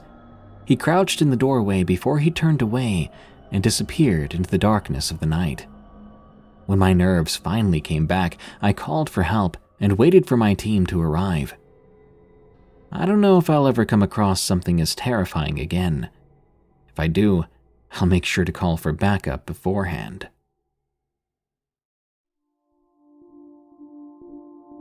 Most disturbing Uber encounter ever. From Garbo. I drove for Uber for about 3 years. It was a mistake. I racked up insane miles on my car, almost spent more on gas than what I made, and encountered some very rude and even crazy passengers. People just don't have respect anymore. Now, I'm not saying you should respect every stranger by default, but if you pay for a ride and hop into someone else's property, in this case their car, and you start to act a fool, then I've got a problem. There were stains, tears, and even cigarette burns in my car that never would have been there if I hadn't started this gig. That brings me to the stain all over the driver's seat. After I tell you this story, you'll know why I had to have my car impounded. I drove for where I lived, a medium-sized town in the Northwest. Population is about 130,000 people last I checked, so that number might be a bit off. It's a nice place, but it had gone down the crapper in the last 4 years. The state I live in is heavily Democrat, and I never knew a single member of my family who owned a gun, so never once did the thought even cross my mind about buying and carrying a gun with me in my car. In the end, I was defenseless on the night I needed protection most. The night was slow. I'd gotten only 3 requests in a 3-hour period. I was planning on calling it quits for the night in the next hour. Within that time, however, I received a notification, a new passenger. They weren't far from where I'd parked, which was the parking lot of one of my favorite burger joints. I accepted the request, and it only took about 10 minutes to arrive. The passenger was a middle-aged man. He was bald and wore dark sunglasses. He wore very skinny jeans that absolutely did not fit him, but he had somehow managed to wrangle them around his waist anyway. And his hoodie was as dark as his jeans. I quickly noticed holes and tears all over it. As I pulled up and he climbed into the back seat, he started to twitch. Every other second, he seemed to whip his head from one side to the other. And I could hear him mumbling too. I'm not sure he was saying anything in English either. Great, I thought. This guy is on something. Sure, maybe I was wrong to assume something like that, but it wouldn't be the first time a homeless person on some kind of substance ordered an Uber they never intended to pay for while strung out. "Hey there, how's it going?" I greeted him as I began to pull back out onto the road. He sat right behind me. It was a rhetorical question, so I didn't expect a reply. All I could hear behind me was more and more mumbling. I made my way towards the destination, a suburb a few miles down the road. The entire way, he just kept twitching and making those noises. I turned up the volume on the radio, and I didn't say another word to him until we arrived. The neighborhood I pulled into was kind of run down. In fact, the house I pulled in front of had a for rent sign out in front, with a few broken windows. I was certain he didn't live there. "All right, we're here. Hope you have a good..." Before the last word came out, a sudden sharp and deep burning sensation erupted in my side. A trembling but strong arm reached around my throat. I tried to look down at my side, but all I could see was his other arm grasping onto something. I could feel some warm liquid pouring from my body. Then my passenger finally began to talk out loud. Again, though, what he said did not sound like English. It sounded like a threat, though. He was emotional, full of anger or hatred or both. My mind was a haze as my focus was on my side. I felt a tug from my side just below my ribs, and instinct told me to grab the man's other arm. So I did. The most intense pain I'd ever felt coursed through my body as I held on to him. Whatever he had jabbed into my side, he seemed to now be attempting to pull out. But the way his left arm was wrapped around my throat told me he was trying to pull the weapon out to stab into me again, and I did not want that to happen. We struggled there in my car for only about a minute. When he couldn't wrench the weapon free from me, just as I was getting lightheaded, either from the wound or my throat or both, he let go all at once and jumped out of my car. I didn't look to see where he headed. Instead, I grabbed onto my side and drove quickly away. I could feel a knife sticking into me still. At first, I tried to remember where the nearest police station was, but as I drove, my fading mind told me a hospital was a better option here. I managed to make it to an ER without passing out. The nurses there told me the knife had only gone about 2 inches in and had narrowly avoided digging into any organs. However, the thrashing about, as I had struggled with the man, had caused the blade to tear up quite a bit of my nerves and muscles. I was lucky that day. I walked away with a scar and permanent loss in feeling on the skin on my side, but I was alive. The police interviewed me while I was at the hospital after the attack was reported by the nurses. I told them everything I knew, and I showed them the info on my Uber account. Unfortunately, my car was impounded. After all, it had become a crime scene. The right side of my seat was covered in blood. I still haven't gotten my car back, and I don't think I want it. It was old, paid off, it had a lot of problems I couldn't afford to deal with much longer. It wouldn't be worth more than scrap to sell. As for my attacker, yeah, they didn't find him. Turns out it's pretty dang difficult to track someone who was suspected to be homeless and had used false information to request an Uber. Fingerprints on the knife did not match any previous cases. I don't drive for Uber anymore. Instead, I work from home helping my sister with a side hustle online.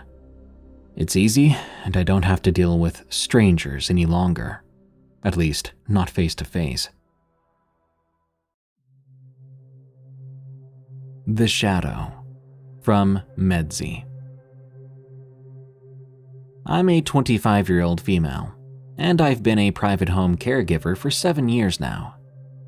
I've had quite a few clients over the years, and with every new client, I have to adjust to spending lots of time in other people's homes.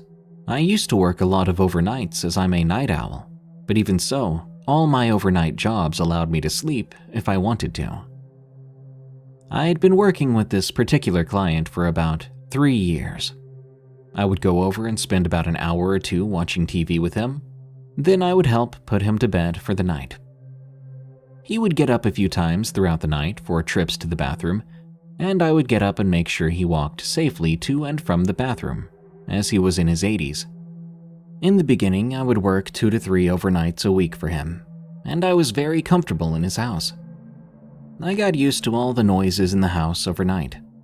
Mostly, they had pipes that would bang really loud at random times throughout the night. It was creepy at first, but after 3 years, I was so accustomed to it that I never even noticed it anymore. This particular week, I had 2 shifts to work. My first shift was a Thursday overnight. I showed up for my shift, and when I entered the house, I immediately had this heavy feeling of dread. It felt like someone was sitting on my chest. I'm no stranger to the paranormal. I've always been sensitive to feeling and sensing certain presences. I knew right away that something was wrong, but I tried my best to shake it off and put on my best happy face for my client. The woman I was relieving told me that the night went well, and there was nothing to report. She left, and my client and I went through our usual routine together. Once I put him to bed, I walked around the house and closed all the blinds. I double-checked all the doors and windows, making sure they were locked. All the while, I had this overwhelming feeling that I was being watched, and I wanted to make sure that no one could get in. I then texted my fiancé, as I always do, to check in on my daughter and say goodnight. I let him know how I was feeling and just how wrong the house felt that night. He chalked it up to me listening to so many horror podcasts. Maybe it was just getting to me.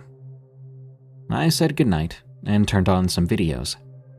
I aimlessly scrolled through social media, trying to bore myself to sleep. Now, most of my clients are elderly and love sleeping with the heat cranked up. I absolutely hate the heat, so I opened up the window next to the bed I was lying in. I had my own room that was only 2 doors down from my client's bedroom, so I could easily get to him to help him.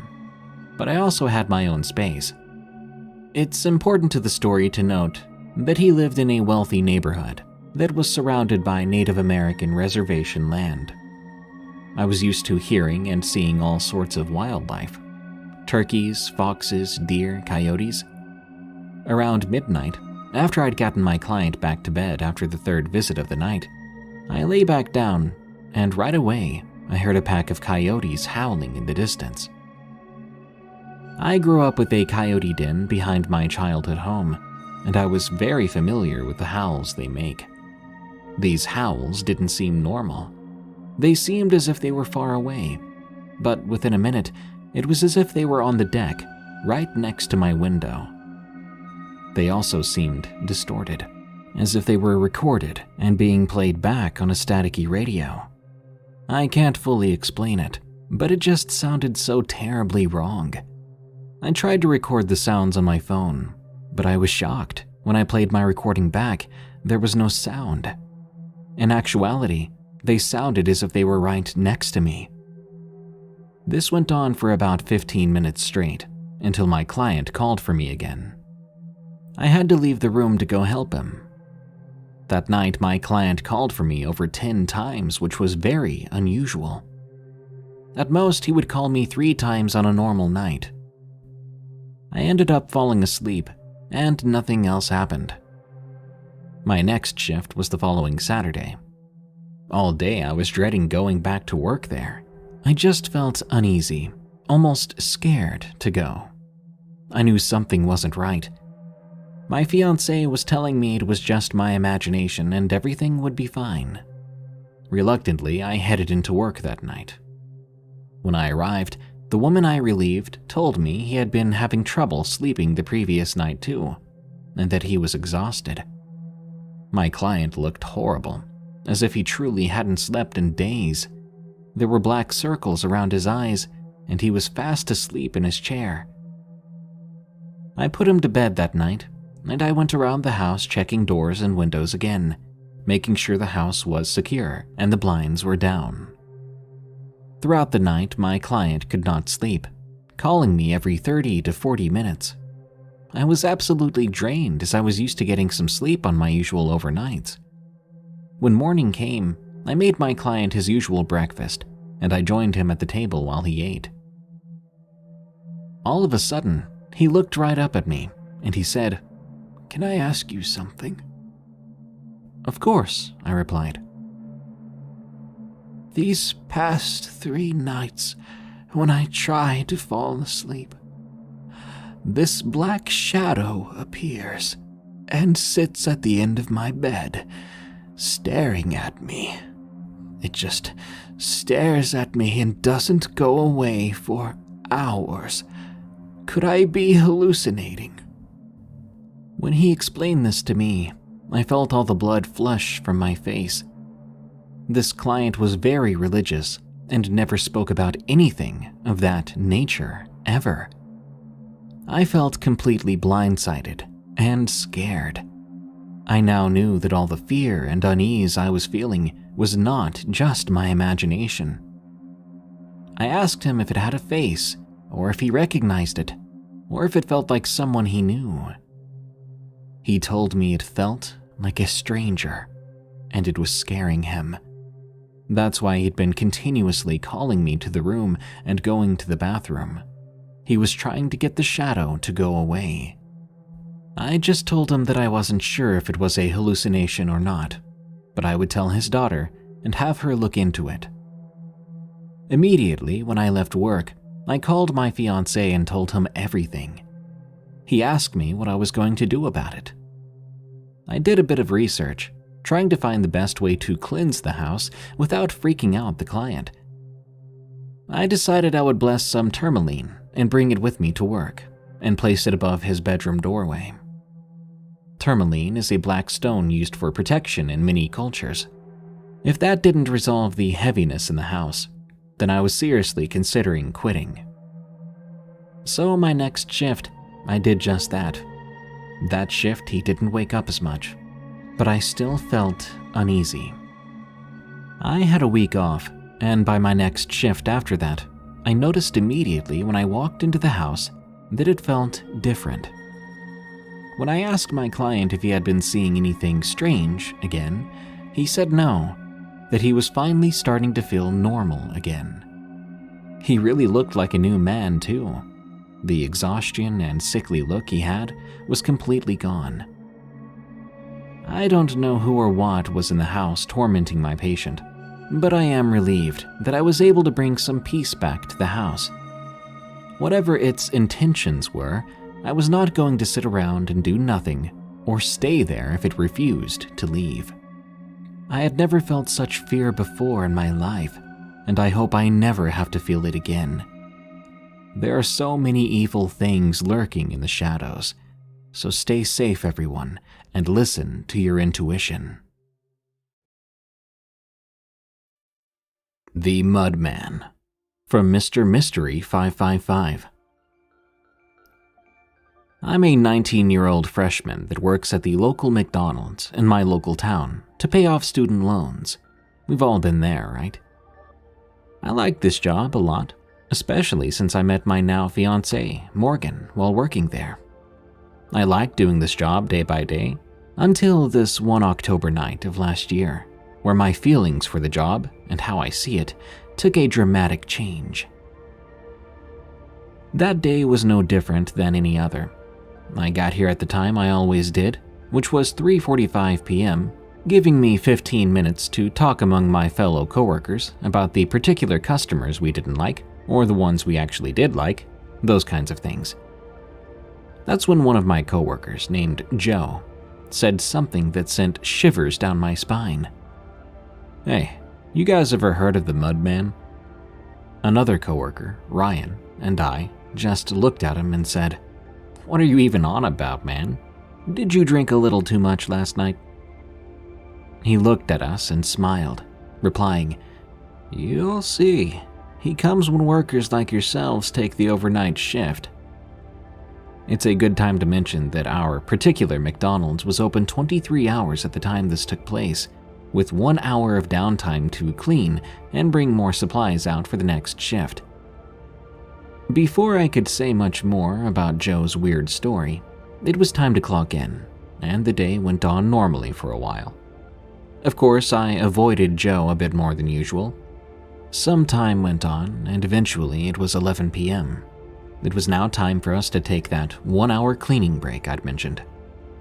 Joe handed me the keys and said goodnight to the remaining crew, which was me, Ryan, and Morgan, the manager, but not before warning us all to be careful and to make sure the doors were locked. We all looked at him and told him to go home, to stop fooling with us because it wasn't funny. He left soon after, and it was just the three of us. Morgan sent me to the lobby to lock the doors, which I did, while Ryan grabbed food from the freezer and Morgan turned off all the drive-through lights. I was in the middle of helping Ryan move some things from the freezer real quick before I headed to the lobby to lock the doors. That's when I heard the lobby door open and the distinct sound of footsteps moving across the lobby floor. I looked over at Ryan, who then looked at me, and after a moment of silence, I spoke out. Sorry, we're closed. You can come back in an hour." However, there was no response to this. With no reply, I walked out to the lobby to repeat myself in case the person had not heard me. However, what I found was a lobby door wedged open, and these muddy footprints leading to the bathroom door. I picked up the broom that was sitting next to me and slowly walked to the bathroom, yelling back for Morgan to turn the lights for the bathroom on, which she replied, I never turn them off." My heart sank, and I slowly walked to the bathroom door, watching the lights turn on in front of my eyes as I pushed open the door. Inside, I saw an old man washing his hands. "Hey, I apologize, sir, but you can't be here right now. We're closed temporarily." The old man just smiled and apologized, saying it was just an emergency. I took a sigh of relief and let it go, turning around and walking away. Right as I reached the bathroom door, the old man said, "Have a good night." I turned back to say the same to him, but when I did, the old man was gone. I ran out, ignoring Ryan and Morgan's questions at first, as I still couldn't believe what I just saw. Where had the man gone? Before I knew it, it was 2 a.m., and after cashing out my last customer, it was time for me to finally go home. Before I took the long drive home, I knew I'd have to use the bathroom first. So I did, but this time I went for the ladies' room, as the lobby was closed at midnight, and there was no one left in the lobby, so I didn't think anybody would mind. After finishing up my business, I went to the sink to wash my hands. That's when I saw it. I swear, when I looked in the mirror, I saw the old man's face staring back at me. I saw mud running down his face from his eyes, even from his mouth and nose. The lights flickered as he reached his muddy hand out to me. I screamed, thinking this was the last of me, until the lights stopped flickering and the door swung open, revealing Morgan staring down at me, as I've now somehow ended up on the floor. The old man in the mirror was gone. It was just me and her. I rushed by her, running out the front door to head home, swearing the whole way to never come back. I quit the next day, and I didn't go back. Strangest hiker I've ever met. From River Runs Through It. I used to live in Prince George, a small town in British Columbia's interior. While it is developed, it's very much remote. What you must know is that it's far out of the way, almost entirely surrounded by woods and rivers. After completing my diploma in natural resource management, I scored a position at Wilkins Regional as an assistant ranger. Somehow, this park was the most remote of all, considering it sits a few kilometers downriver from town itself. The job really wasn't too lucrative. It was only a seasonal position, and with minimal pay, though it suited me just fine. Given the nature of the work, it's more than fair to say it can be strange at times. The park during the on-seasons can feel isolationist if nobody's around. When the temperature begins changing and fog sinks in, It can get pretty atmospheric too. And of course, there's no shortage of large wildlife up here. Anything from wild dogs and coyotes to moose that look like darned dinosaurs whenever they're skulking about in low visibility. Mountain lion screeches remain up there with the unholiest of sounds on the planet, but nothing ever happened to me that was really and truly unexplained. Well, aside from the series of events I'm about to share with you. It began quietly. The presence of the local wildlife, like the ones I mentioned previously, died down over the course of 1 week. At first, it started with birdsong beginning later and later in the day, until eventually, there seemed to be none at all. The frequency of us having to negotiate all too friendly wild animals away from hikers and campers seemed to become lower. I remember the day when there was absolutely no animal activity. No sounds, no appearances. This was as the summer was nearing an end. Days were still long, and it was relatively warm. It seemed inexplicable. In juxtaposition to the decline of wild ambience, we had a rise of something else: pet disappearances. It was a common occurrence for individuals to come and walk their dogs, as the park was a great environment for that. There were 1 or 2 times throughout a bi-weekly period in which a canine would break away from their owners to chase down a forest critter. But suddenly we were getting massive amounts of reports of missing dogs on the daily. I remember nearly every single one of them. They would all say the same thing: their dog had been excited by something beyond the trees. They'd broken away from their leash and disappeared into the woods, barking and howling all the while. Throughout the second half of the week, we probably got 15 more cases like that. I can't disclose the recovery rate for them, but it wasn't good. There's only so much we can do for dogs that run off. Of course, with this sort of scale, I had a hunch something was up. I think my supervisor was bothered by it too, but she showed nothing outwardly, and so I tried to not let it get to me. That prelude aside, when I arrived at my position the following week, I met a very interesting character, and I don't say interesting lightly. As you could probably guess, Prince George is a relatively conservative town.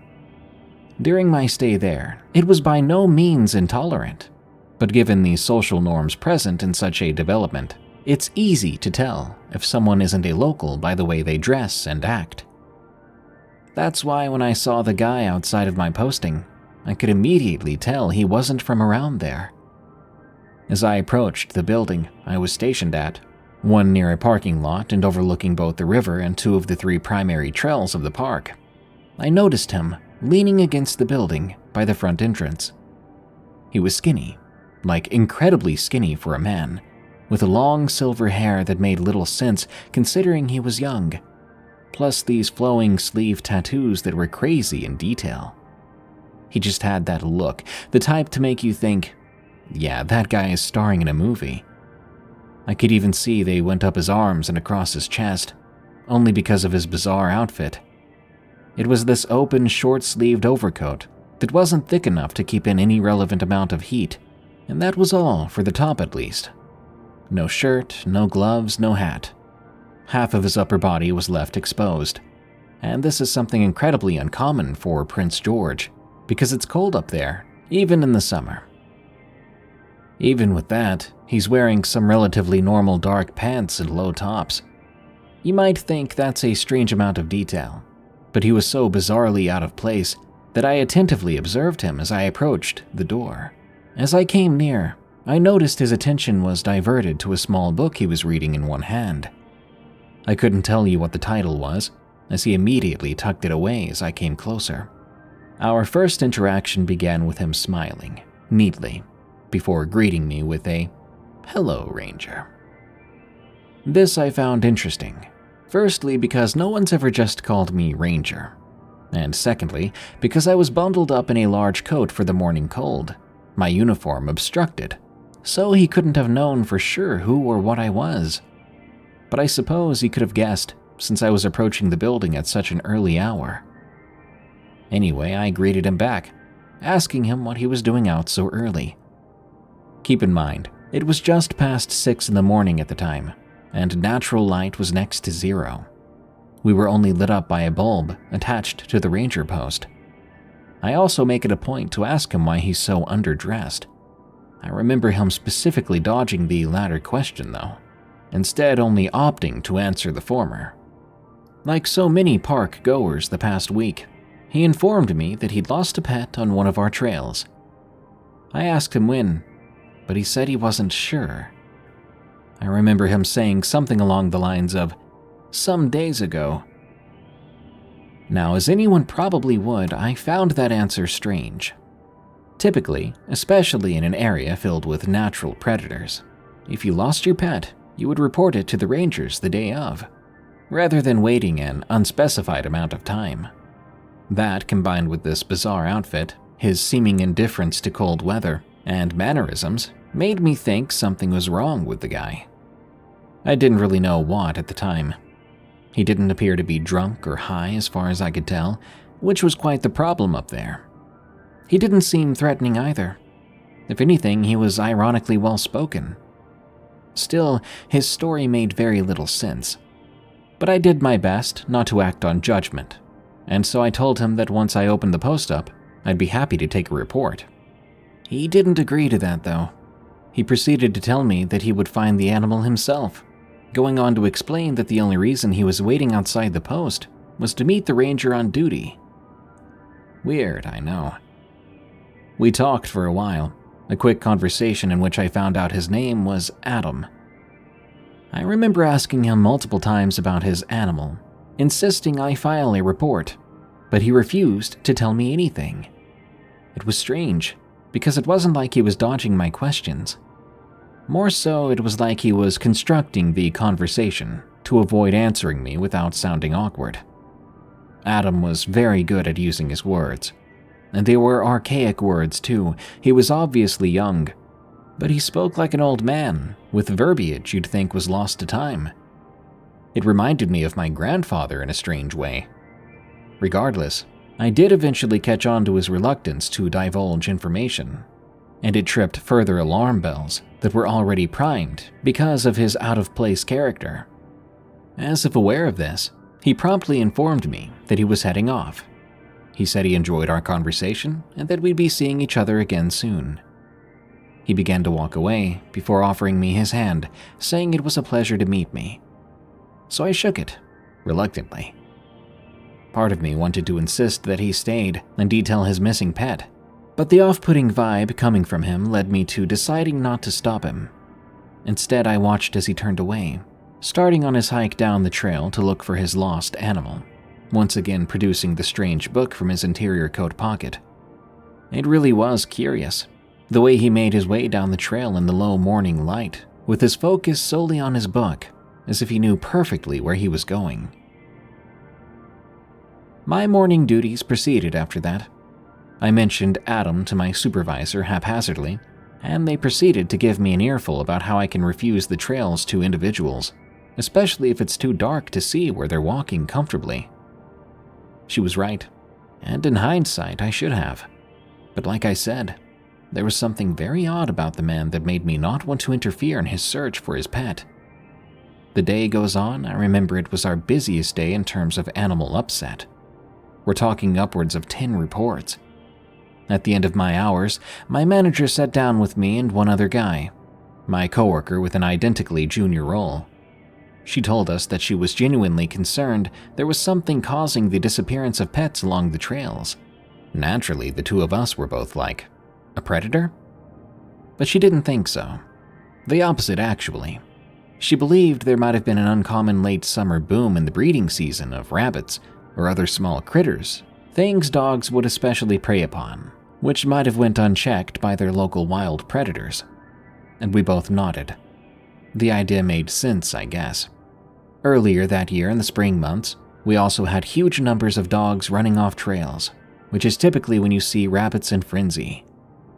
So come the next day, me and the other assistant ranger were tasked with a population survey of rabbits and voles. Generally, for this kind of thing, Visual observations of the creatures in their burrows worked well, though we also opted for some live trapping. Fortunately, my coworker got stuck with the deployment of those, so I was able to perform the more relaxing duty. After settling my radius, I headed off, and it was fairly uneventful. I followed one of the main trails halfway before branching off onto a coyote path, which cut over to this stream after maybe a kilometer. I'd been out of the post and on the trails quite a lot the past few days because of all the missing pets, but that day the air seemed different, a lot quieter. No bird song, no animals, just the lame buzz of insects. I was actually kind of disappointed. I'm a big fan of bunnies and thought it'd be cool to see a bunch hopping around, as we tend to only see them in the spring. But there were none that day. No voles either. I noted down the lack of regional population as I made my rounds, stopping by the stream to quickly catch my breath. I remember sitting down on this rock that was overlooking the water, plotting where to go next, when I heard this sound behind me. It was a feverish rustle, like an animal sprinting through tall grass. Quickly I turned, only to find nothing there. It was bizarre. As I looked, tall weeds had been parted as if something had been there, yet there was no visual trace of it. At the same time, there was this metallic smell in the air that filled my nostrils almost enough to make me gag. It was as pungent as a mouthful of pennies. Suddenly, I felt eyes on me. It's a feeling that's hard to place if you've ever lived in an area where you have to be careful of natural predators. I knew something was watching me. My mind was thinking cougar, although we hadn't seen evidence of one in the area in some time. So slowly I removed myself from that rock, standing up and flexing my shoulders. Loudly, I cleared my throat, giving a quick spin to make sure I didn't have my back to some creature. But it was weird. My instincts were screaming at me that something was there right behind me, ready to pounce. But I didn't see a thing. I looked and looked. Then suddenly the feeling just vanished. And so did the smell. It just seemed to blink away, no dissipation, no fading out. Just there, then gone. I can't explain what tangible relief it was, as if a giant weight was literally removed from my chest. A sudden sound of someone muttering, "Dang it," caused me to turn once again. I see none other than Adam. He's standing there only 10 or so feet away from me. He was looking past me across the stream. Keep in mind, it's been a day and a half since I last saw him, and he was dressed in the exact same outfit. Still pretty stunned, I asked him what he was doing. He turns to me and gives me a slight smile, before saying, "Hello again, Ranger." Maybe it was the adrenaline pumping through my veins, because I thought I was being hunted seconds earlier, but I didn't really want to play games with him anymore. With an aggressive inflection, I looked at Adam and said that I wanted to know what he was doing, sneaking up on me this far away from the trail. Plainly, he said that he had no intention of sneaking up on me, and rather was trying to catch his pet. But he was too late. He went on to say that his pet had never gone so far as to elude him this long. And do note, he was describing the animal as an it. He complained that he'd be out of time soon, whatever that meant. So of course I'm like, well, if you filed a report, we'd be able to help you out.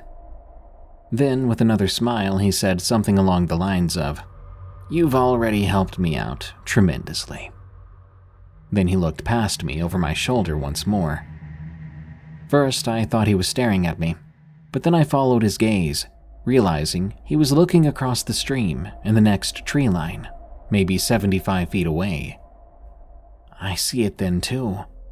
This large wolf. Now, wolves are bigger than dogs, so it was obvious it was no dog.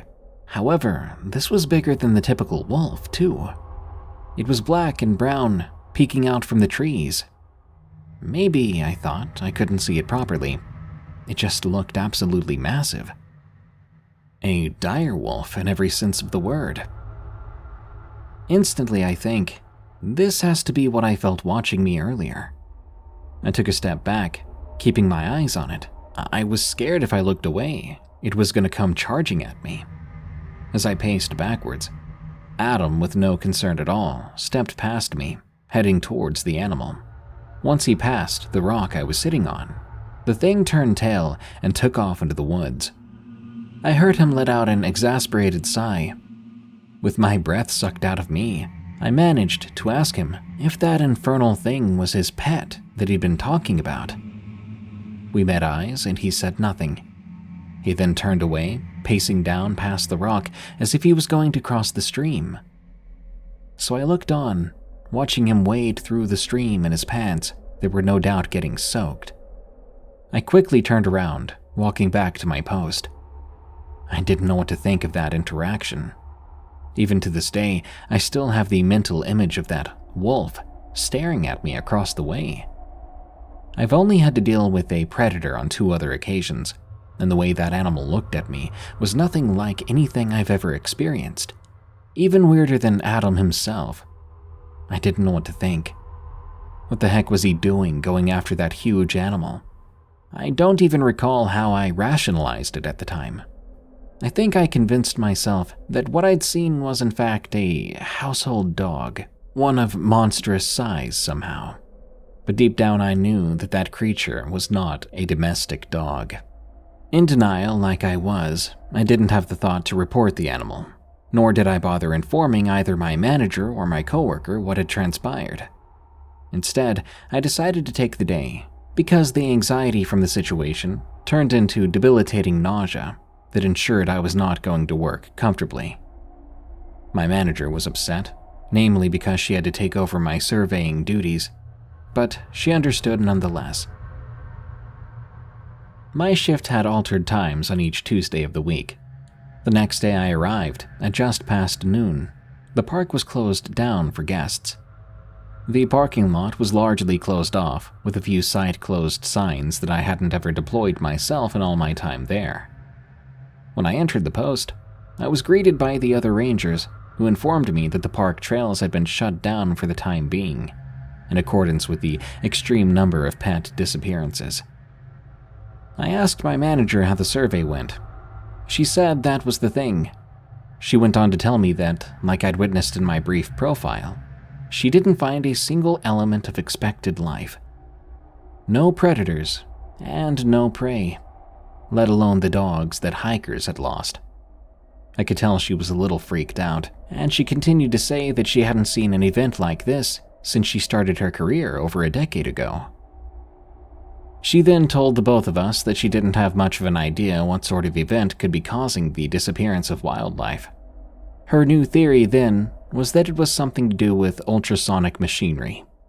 In a nutshell, some local man-made installation going up nearby the park produced sounds which upset the animals and drove much of them out. Didn't make much sense to me, especially considering how far off we were from the city center. But I couldn't come up with anything better, and so we rolled with it.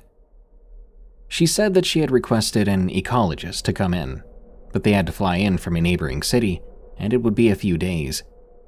In the meantime, the only duties we had were to walk up and down our park borders, searching for signs of any animal life, even though we all seemed to know there wasn't going to be any, an idea that was driven home by the fact that some of the previous days' live traps had already been checked, and they'd all come up empty. So my coworker and I set out to tackle an area that went untouched from previous days' work. If my supervisor's theory regarding an ultrasonic disturbance was correct, it was unpredictable just how far it could extend, and so we were checking the very edge of the park. The post had 2 UTVs, effectively rugged golf carts, attached to the location, and we both hopped into one. Now, I was still on edge from the bizarre encounter from the day before, but the sun was high in the sky, and the day was unreasonably warm, so I was feeling confident. My coworker, meanwhile, made it apparent that the lack of animals and disappearing pets was making him feel really freaked out. As we entered the vehicle, he explained he thought there was a poisoned water supply somewhere, and how he couldn't wait to get the ecologist in to make an assessment. I couldn't confirm or deny his theory. I did want to discuss Adam a little, though, And so without mentioning specifics, I asked him if he had met any odd characters on the park trail. As he drove, he didn't take his eyes off the road, but he did ask, "Like who?" I went on to describe how I'd seen Adam a few times in the park. I forced a laugh as I told him about the weird encounter, but I didn't bring up the wolf. Not yet. As I finished, my coworker paused for a moment, stopping the acceleration of the UTV so we could better hear each other. He then admitted he had seen Adam too. He went on to tell me that the day prior, apparently coinciding just after my run-in with him by the stream, which seemed impossible because my coworker was on the exact opposite side of the park, almost 40 minutes away on foot, Adam had appeared behind him suddenly as he was deploying a trap, before saying something that made no sense. My coworker described it as Shakespearean. He asked Adam what he was doing out there, and he said he was simply hiking, trying to find his lost pet. My coworker says that he felt there was something off about the guy, more so than the bizarre outfit and tattoos. I said I knew what he meant, and he went on to describe it perfectly. It was like he was displaced, both in location and era. His speech was outdated and old, just like it had been with me, and he'd pull quotations out of nowhere from people my coworker could not recognize. He continued with his story, telling me that wasn't the weirdest part. He said that when he asked Adam about what kind of pet he was looking for, and whether he'd file a report, their conversation was interrupted by an insanely loud, ear-splitting howl. Even though it sounded canine, he was convinced it was a mountain lion because of the volume and ferocity. He immediately assessed his position, looking around and seeing nothing. Meanwhile, Adam didn't lose his relaxed demeanor. He said something along the lines of, "Sounds close by, doesn't it? I'd best be going then." And he strolled away, leaving my coworker alone in the park with his traps. Of course, after hearing that, I interjected, talking about the wolf I saw at last, which Adam all but said was his pet. My coworker was like, "So, some freaky tatted up dude dressed in shambles is chasing his pet timber wolf around our park." I chuckled a bit. It was relaxing because I had the whole thing wrapped up in my head, but discussing it with my coworker made me feel so much better about it. But still, it was weird. We began to theorize if Adam and his pet were somehow related to the disappearances of the local wildlife, but we could not come up with anything concrete. The way we both had near identical experiences with the guy was beyond odd. My coworker begins to drive again. We arrive at the edge of the park. Not a lot happened, though. We didn't see Adam again, nor did we see any animal of any kind. Eerie quiet seemed to permeate every single space in the forest, save the few flying insects that buzzed around. There were simply no animals, no droppings either. At one point, we did find a burrow that, from the size of it, was likely housing a fox at one point, but no occupant was present. After surveying and noting down as much as we could, not that there was much to note down at all, we returned to the UTV, making our way back to the office. When we returned, we informed our manager of the lack of activity and turned in our reports. She was disappointed, informing the both of us that, with the park closed down, we could take the rest of the day off if we wanted to. Of course, we both did. After all, the park had become so creepy with the absence of life. That night was boring, and I went to bed early. Come morning, I texted my supervisor, wondering if she needed me to come in that day. She didn't respond right away. When it was nearly time to leave, she still hadn't let me know, and so I decided to go ahead anyway. I got there despite all the closed signs being up. I noticed a car parked outside my post, a police car of all things. I get there to find my coworker already talking to an officer. There's this smell, absolutely awful coppery stink in the air, which I wrinkled my nose at. My coworker gives me this look, and I immediately know something has happened. So the cop re-explains what he was saying to the other ranger. Tragic story short, our manager had been in that morning and was mauled by a wild animal. The officer didn't tell us what animal it was, though the implication was a cougar. Of course, we're both caught off guard, super freaked out. At that point in time, she was in bad condition and had already been transported to the local hospital after making the call to authorities herself, which was darned impressive. He tells us that within the next few hours, wildlife control would be up there to find the thing.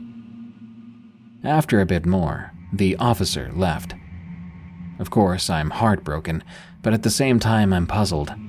Her being attacked by a cougar seemed to imply animals were in the area, which was entirely the inverse to everything we'd seen the past few days. The two of us stuck around, waiting for the authorities to show up. We wanted to know how they were planning to trap the thing.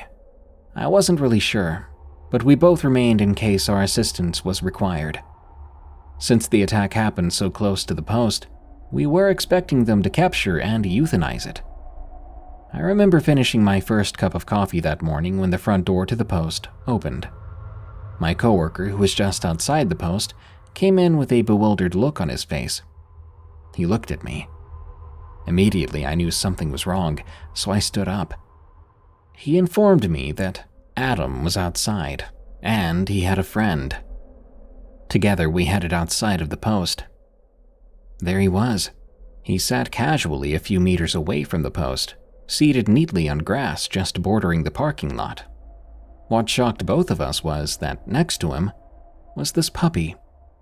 The thing was tiny and obviously quite young, though it bared an eerie resemblance to the wolf I'd seen previously, with its jet black fur and brown highlights. It stirred as if waking from our presence, and glared at me with these intense eyes that were identical to those from that large animal.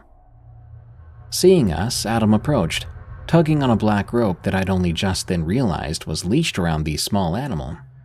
He smiled at us, and before either of us had a chance to speak, he began. "I apologize about the trouble, Rangers.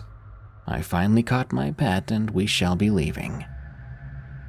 And so seeing the little dog, we're both like, "That's the pet you meant?"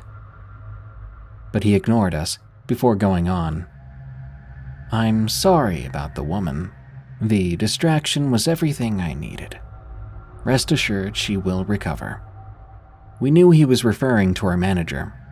We asked for clarification, but he waved his hand and went on. "The wildlife should return swiftly. I wish the both of you luck in your duties, and thank you once again for your assistance." He turned to leave then, and we both looked at each other puzzled, wondering if we should go after him. I kid you not, the moment I took a step forward, rain fell. The most instantly harsh rain I'd ever seen. Like all at once, the air switched from relatively dry humidity to thundering sheets of rain. Quickly, we both stepped back a few feet, hiding under the awning, and as we did, I saw Adam, who wasn't at all fazed by the rain. He turned back and waved at us once more before continuing down the path, one leading into the woods, mind you, not back to town. I never did see Adam again. I'm happy to report my manager made a full recovery, though she did end up quitting shortly after. Fast forward a few weeks after that, and I'd quit too. The park animals did come back, just as Adam said they would. Over the course of a few days, all the natural wildlife I'd come to expect grew populous again. Unfortunately, we didn't see too many of those household pets come back. Suffice to say, Adam will remain the strangest hiker I've ever met. Warning: the following story contains mentions of harm against children, friends' scary work experiences. From Cricket Girl 20. These two stories come from my friends Bella and Garrison. The first is from Bella. She called me one night and asked if I could pick her up from work.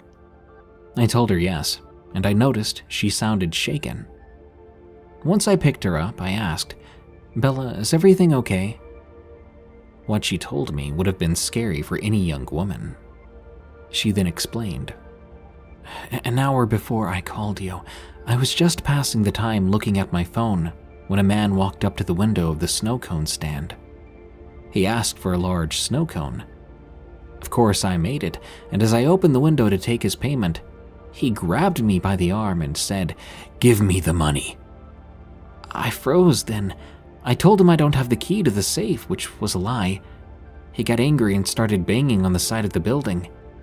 The clerk in the gas station across the way called the police after seeing what happened. He then came running over with his baseball bat and held the man at bay until the police arrived. It was terrifying. I felt like crying. After she told me this, I offered to let her sleep on my couch that night, so she didn't have to go home. The next short story comes from Garrison. Garrison worked as a security guard. He has loads of scary stories, but these two always stand out. The first story happened on his second week as a security guard. He was patrolling an apartment complex in Oklahoma City when he saw a man wandering around. So he asked, "Can I help you?"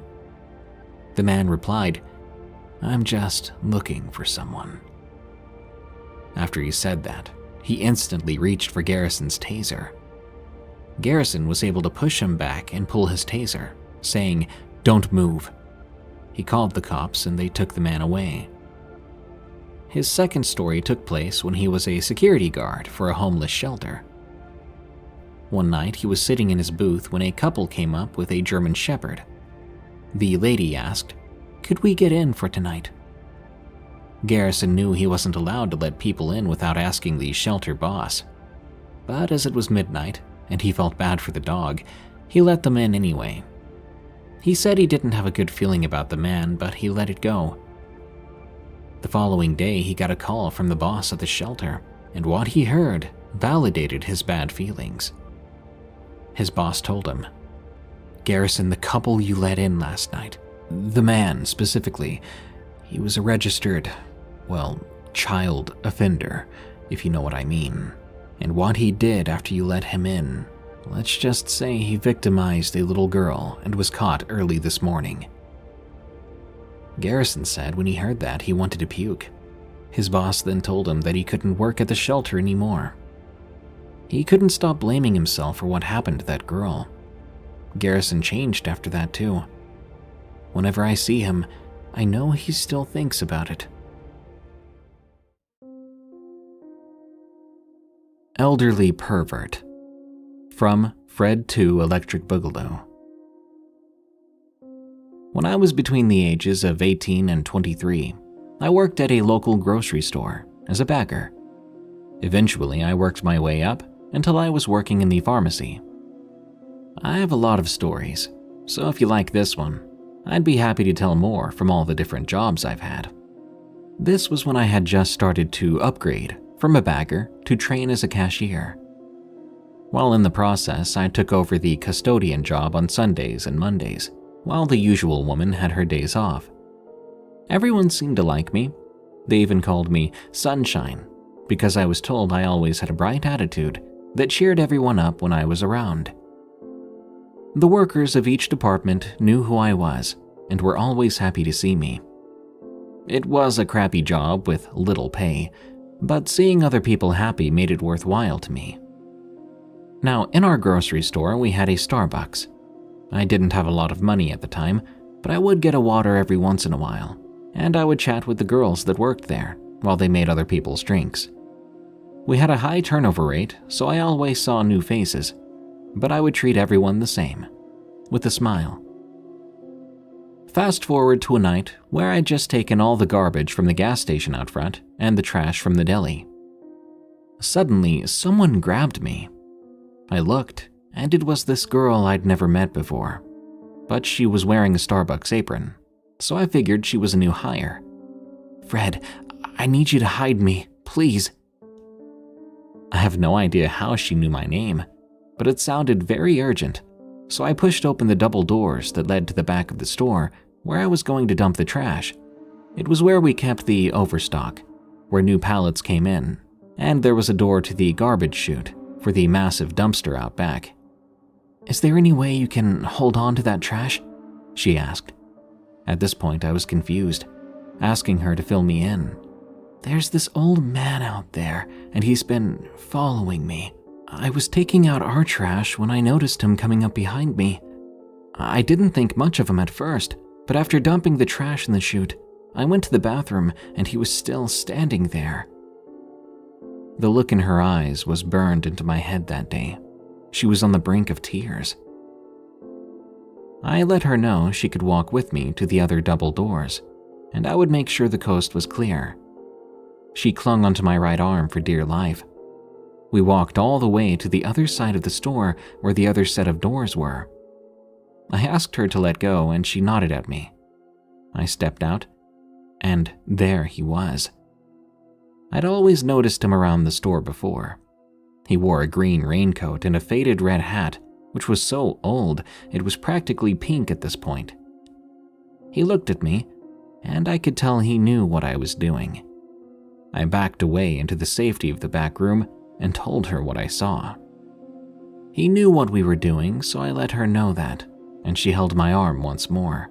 I told her we just needed to continue back to where we had started, and after doing so, I grabbed one of the metal poles, which we use in case a garbage bag is too full and will not slide down the chute. I called Damien. He was our co-manager at the time, and he's still someone I look up to today. He picked up his cell. "Hello, this better be important. Why didn't you just call the front of the store?" I explained our situation. He got quiet for a moment, then said, "Okay, Fred, I need you guys to stay where you are. I'll see what I can do." He was ex-military, so I knew he would be okay if things got ugly. Eventually, after what felt like an eternity, he came through the doors and explained what went on. Apparently, the old guy got fed up with us staying back there, so he went back to where the Starbucks girls were and began to take pictures of them. Damien knew who I was talking about in the first place. We just couldn't believe that someone could be so horrible. In fact, most of the girls working there were between 16 and 18. Damien kicked the guy out of the store, making sure he deleted those photos. We were told we could go home early to calm down and rest. As we walked to the front of the store, I finally turned and looked at the girl's name tag so I could properly introduce myself. "So, Grace, is it? How did you know my name?" She explained it was her first day, but she'd already heard a lot about me. She cried on my shoulder then and thanked me for helping. "I'm so glad you came along when you did. I didn't know what to do," she said. "I'm only 16. I don't know anyone here except the Starbucks manager. I was going to call 911, but I left my phone at the kiosk, so when you came along, it was such a relief." I never really thought that I'd ever get caught up in something like this, but I'm glad I'm known well enough that I could be there for someone in need. Grace and I stayed friends for the remainder of her time working at the store, but eventually she got a new job. From then on, I always made sure to keep an eye out for that man, making sure he never went near another girl again. Lunch Break Road Rage from Michigan Maniac. I'm a 25-year-old guy living in southern Michigan. I'm only about a 20-minute drive from the Indiana border, to give you some idea of my location. This happened 2 years ago, in the summer of 2021, while I was working at a Gander Outdoors. If you're not familiar with Gander Outdoors, it's a sporting goods store that was previously known as Gander Mountain, before it was bought out by the Camping World family of stores. In fact, shortly after this took place, Camping World decided to dissolve their Gander Outdoors stores and get out of the hunting firearm business. I personally worked at the gun counter. Now on to my unnerving experience. I was working the closing shift, which was 12 p.m. to 8 p.m. So come 4 p.m., it was time for my lunch break. I drove 3 miles down the road to a local ice cream place that also sold bar-quality food. I had to take a right turn off the main road to get there, which was a pretty busy road. Lunch was normal. I got my food, sat down at a picnic table in front of the ice cream shop, and ate my lunch. On my way back, I now had to turn left to get back onto the busy main road. Yet, oncoming traffic was making sure I had to wait a bit. In just moments, there was a medium-sized gap between two oncoming cars, and to be honest, I could have made it if I sped up. However, being in an accident myself at one point, and having witnessed half a dozen of them, I decided not to chance it. It was then that a white moving van behind me began to lay down its horn, multiple times for 3-second intervals. This seriously struck a nerve.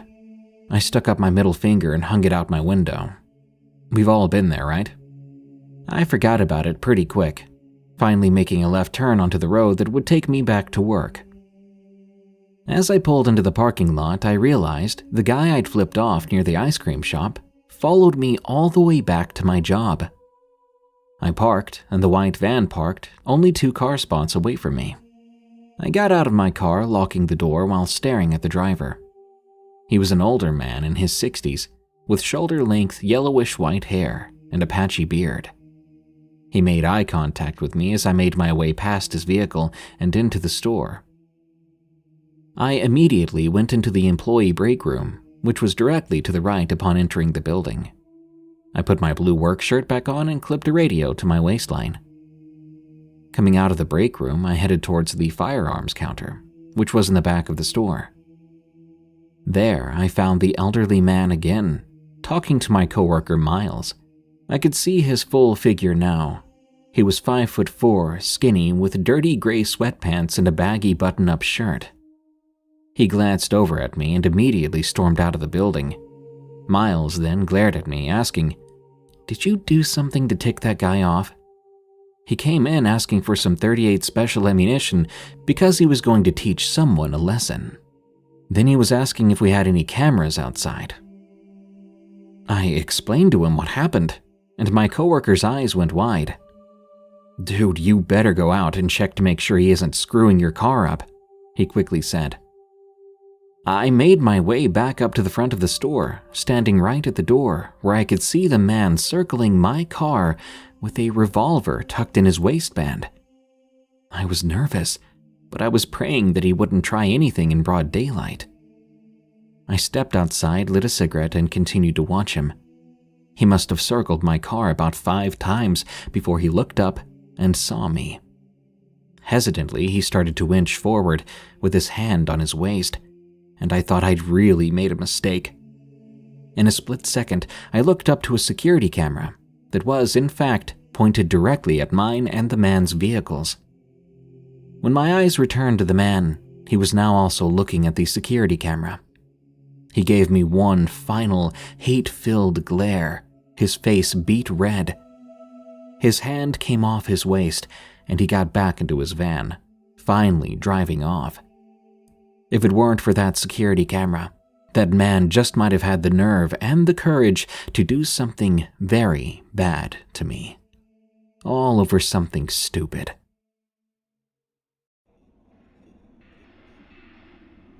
Warning: the following story contains vivid depictions of dead children. Midnight Shift, from JJ. When I was younger, I worked in a 24-hour restaurant as a server. Anyone who has worked as a server knows you see some crazy things from time to time, and when you're open all the time, it increases the craziness tenfold. It was a bitterly cold night around midnight. It was slow, but we had a few random tables. I was working the section closest to the front door when I heard screaming coming from outside. I started walking towards the front door. The screaming was getting closer and closer. I could start to make out some words. I heard baby and police. Then I saw a figure running towards me. I opened the inner door as a woman slammed through the outer door, pushing right past me. When she did, a horrible stench assaulted me, and I audibly gagged. She slid to a stop in the lobby, and she began to scream to call the police. I yelled for my coworker behind the counter to call 911. The woman stopped screaming and started to incoherently babble. It was at this time that I really looked at her. She was obviously homeless, with baggy pants smeared with dirt and who knows what else. She had a long coat that went down to her knees, an old hat with one of those pom-poms on top that was bouncing with her erratic movements. Her hair was clumpy and dirty, and you couldn't even tell what color it was. She had multiple scarves on that were covered in mess, and the smell was the worst part. It was so strong, like rotting food. I asked her as calmly as I could what was going on. My coworker was on the phone with 911, and I knew from previous times that they liked to know what they were in for when they arrived on the scene. As soon as the words were out of my mouth, she spun around and looked me right in the eyes. I'll never forget the look on her face. It was indescribable, but if I had to come close, I would say it was a look of intense sadness mixed with rage. She kept eye contact with me, reaching into her pocket, pulling out a crusty steak knife. She slowly started walking towards me with the knife down at her side. I backed out the door, which I was still holding open, and she started to talk. At first, I couldn't understand her. She got louder and louder, and I could hear her saying over and over again, "You could never, you could never." I may be brave, but I'm not that brave. I screamed, and she stopped. She looked down at the floor and started to cry. At some point, she dropped the knife, and I quickly put the glass door between myself and her. I looked past her at the customers and my coworkers, scrambling to the far side of the restaurant towards the emergency exit. I could hear sirens heading our way. I stayed in the vestibule, holding the door closed just in case. When the police arrived, they sent me away from the door. I still had a view of the whole scene from the sidewalk. An officer began to approach her with his hand ready on his gun. She looked at him, tears still running down her cheeks. She brought her hands up and started to unzip her coat. When she opened her coat fully, it took me a few minutes to comprehend what I was looking at. The woman was holding a baby that was not moving. It was a gray, pasty color, covered in dried blood and dirt. It was attached to the woman's bare chest with duct tape. I turned away. I couldn't look at the scene any longer. Sometime during the event, I'd started to cry, and I had only just realized it. Everything after that moment was a blur. My understanding of the situation was that this poor woman had given birth, and the baby was stillborn. In her mind, she was trying to get help. The police had said they think she gave birth 2 days earlier. I still have nightmares about that night. My new job. From Matt. I previously worked in finance, but due to the fact I loathed my job, and due to my talents being entirely unrelated to finance, I decided to branch out for other jobs. The bank I worked at opened up an executive security position. I was friends with some guys on the security team, and I was always secretly envious of their jobs. Being able to walk around all day, chat with the pretty girls at their desks, a stress-free job most of the time. I decided to apply. After all, I had experience working a similar position at a different bank. I got an interview. In the meeting, they informed me that weapons qualification was mandatory, and physical fitness was also mandatory. This came as a surprise to me as half their team already was pretty out of shape. They asked if I had law enforcement or military experience. I said I didn't, but I grew up a wrestler and could hold my own. I also grew up shooting and would have no issues handling a weapon. And most importantly, working in finance gave me a silver tongue. I could talk my way out of problems and negotiate like no one's business. They seemed good with my responses. Before they would give me the job, they wanted me to shadow one of the team members to see if I was well received with the staff. It was great walking around and checking doors and things like that, instead of sitting at my desk, contemplating jumping out the window. I was fortunate enough to be offered the job, but at a pay decrease. This wasn't ideal, but I was happy to oblige for the sake of my sanity. They did promise a lot of promotional opportunities and qualification testing, which would pay more down the road. I accepted the job. First thing, they got me fitted for a suit. They wore snazzy suits every day, to look professional, and also because suits make it easy to conceal a firearm. I got 2 tailor-fitted suits and another $400 to use towards more clothes, to wear on duty, or a duty weapon if I needed one. I already had a gun much nicer than what their $400 would buy me, so I spent it on ammunition and additional clothes to wear with my suit. They trained me to monitor the cameras and motion alarms in their high-security room, which we called the office. I could monitor activity in every room in the 14-story building, excluding the bathrooms and locker rooms, of course. I also had access to all the banking branches in 7 different states. In case of robbery, or worse, we could have eyes on the situation to report to the police. I was also trained to operate a garage door remotely, to let vendors and deliverers make deliveries to a warehouse in the basement. It was pretty chill. Not only did we work in the corporate offices located in various cities, but we were also to provide executive security for the CEO when he traveled. He didn't need it, he just liked feeling important. We were also required to work traveling security at various branches in rougher parts of towns that had frequent violent guests or robberies, as it was cheaper for them to place actual bank employees as security than it was to have a local police officer be there. It was an awesome job, stress-free compared to my last job. I was able to prioritize physical fitness and training and spend downtime schmoozing with all the guests and being friendly. We were required to have 1 person work a week of evening shifts every month and a half. That's where the excitement of my story really begins. My first evening shift was actually a special assignment. Usually, they only have night shifts at the main corporate office, but due to some weird scheduling conflicts, they wanted me to spend the evening at one of these smaller offices in a rough part of town. They leased the 2nd floor out to the city, which hosted Alcoholics Anonymous meetings weekly, which is why I was there. It was nothing against the guests.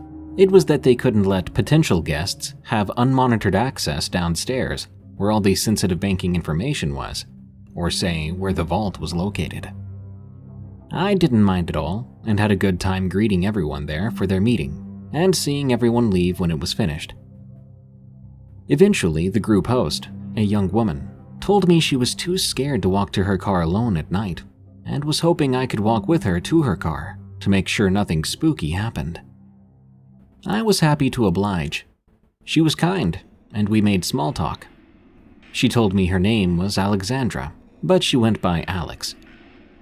She parked behind the building, away from where her group members parked. It was relatively unlit. She fumbled for her keys in her bag and ended up dropping them on the ground. She bent over to pick them up, and I noticed bruises on her arm. I asked if she was okay, and she seemed anxious that I asked at all. Quickly, she pulled her sleeves back down to hide them. She gave me some excuse about bruising easily and just being clumsy. She then opened her car door and drove away. I went back inside. For some reason, they wanted me to stay and guard the building even though the group had left. I didn't mind. I got paid extra for night shifts, and I liked being up at night anyway. I did some rounds, made sure there were no stragglers squatting in the building, and I made sure all the doors and windows were locked. I found a little office perpendicular to the main lobby, and I sat in a chair to watch something on my phone. Probably a UFC fight, maybe even that 70s show or something. After a moment, I heard loud banging at the front door, which I had just come in from. I looked out the window of the office I was in, and I noticed my car was still the only car in the parking lot. My first thought was maybe this was some hobo tweaking out. I looked out the office door, and I saw a large man who was pretty well dressed, but he looked angry and disheveled. He kept pulling his hair periodically while yelling. He was yelling my name. There was no reason anyone around here should be angry with me, let alone know my name. I spoke to him through the doorbell intercom system we had. I could barely understand what he was saying, but eventually I made it out. "Alex, she cheated on me with you," followed by various expletives. I tried explaining calmly that I'd just met this Alex that day, and I barely even knew her name.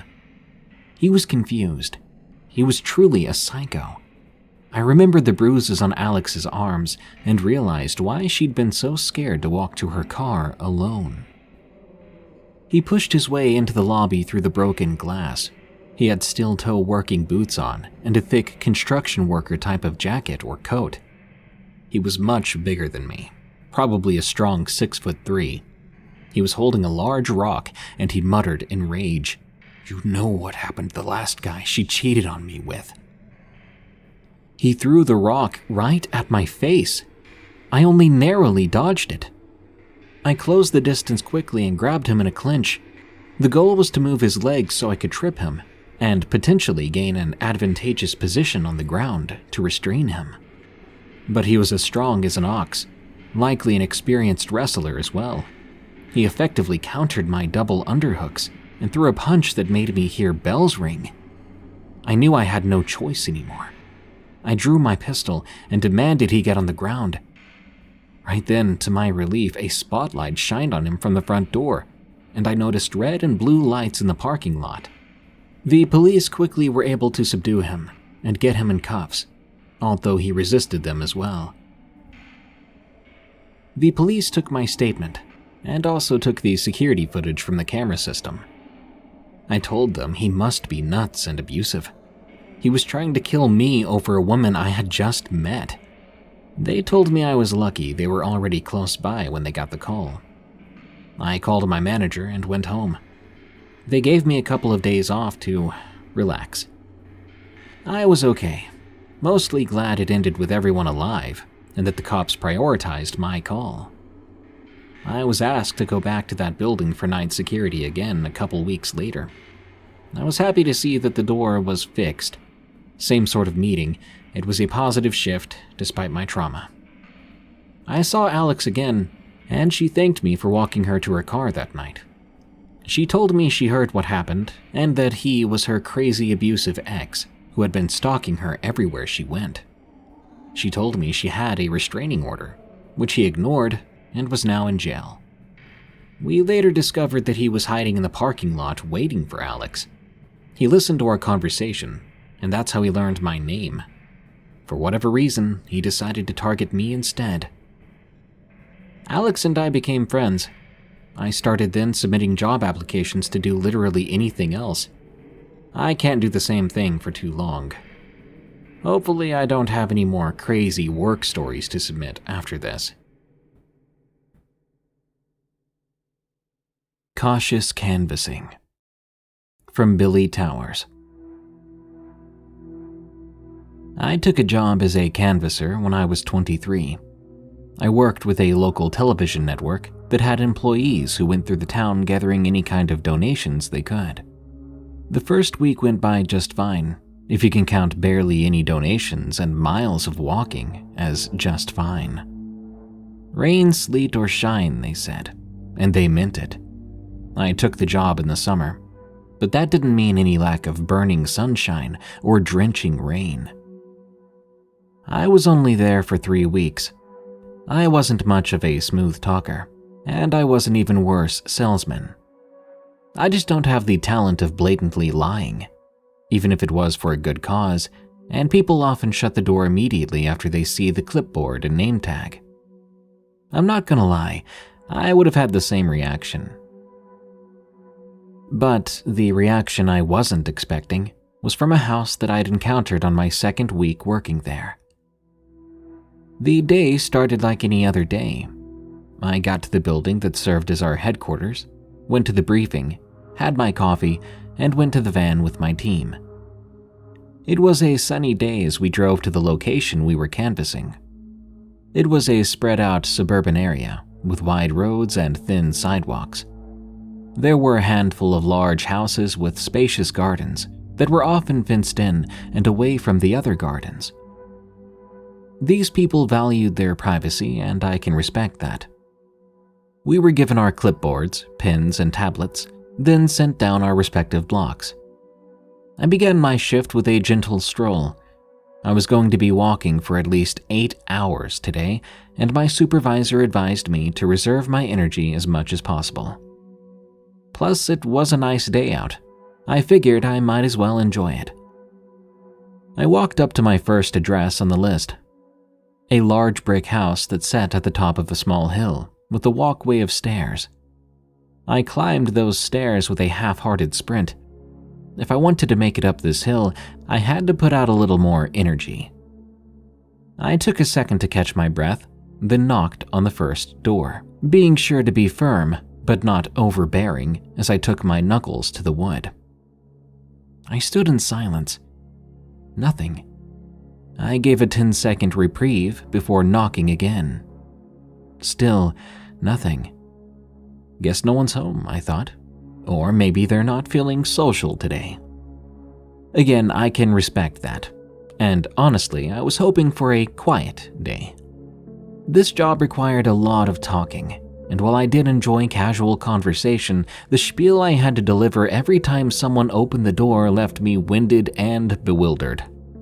The fewer I had to do, the better. I took out my tablet and scrolled down to the address I was currently at. I marked it as no answer. I clicked confirm on the tablet and began my quick descent down the stairs. I moved on to the next house on my list. It was 2 houses down below the hill, a small white house with shingles on the dirty windows. This house had a small wooden picket fence that was open. We were told that if the gate was closed, to move on and mark it as no response. But in case of an open fence, it was considered a regular yard. So I walked right in. Behind the fence, the yard seemed overgrown. Vines scattered in several directions, and the grass was tall enough to reach my ankles on the walkway. The grass and vines scratched and tickled my calves, nearly wrapping around my ankles with every step I took. I turned to the left of the garden and saw one of the many sights that would stay with me after I was done with this job. There, growing in a small garden box, were chili peppers that were a deep royal purple. I later realized these were quite common, but at the time they truly mystified me because I'd never seen anything like that before. I turned to the left then, and I saw strange plants with bright green round leaves. My better instincts told me to let them be. I'd think those instincts later, after I found out what the leaves were. Growing next to them was a small bush with yellow fibers coming from the branches. Something about this plant seemed enchanting, inviting even. I would have loved to investigate further, but it was rude to stay longer than I needed to be there, and I honestly just wanted to move on with my day. I continued my walk toward the house, avoiding the small vines and long grass as best as possible as I began to climb the steps up to their porch. The steps were wooden and rotten. The white paint that clung to it was faded and chipped, almost non-existent, except for the few flecks left. I began to walk up the stairs, the wood creaking from my weight, almost threatening to break beneath me. I reached the final step onto the landing where a screen door greeted me.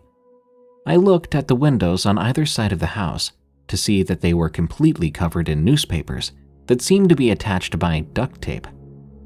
Every inch of glass was sealed with newspaper, making it impossible to see inside. I guessed some people liked their privacy more than others, and how they got that privacy was their own business. I reached for the handle and pressed the lock button, and the door opened. We were told that if the screen door was open, we could go in to knock on the house door, so I proceeded to do so.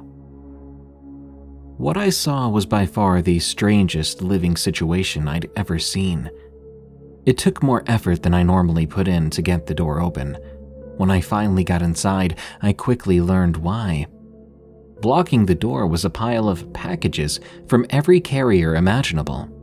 Amazon, USPS, FedEx, meal prep boxes, many more. The small porch had a distinct smell of mildew and rot, as if a carcass had been wading in water and mold had begun to grow on the decaying flesh. Given how high and wide these boxes' towers were, a small animal might have died in here. I had no intention of finding out. Despite my initial reaction, my first thought was to turn around and run.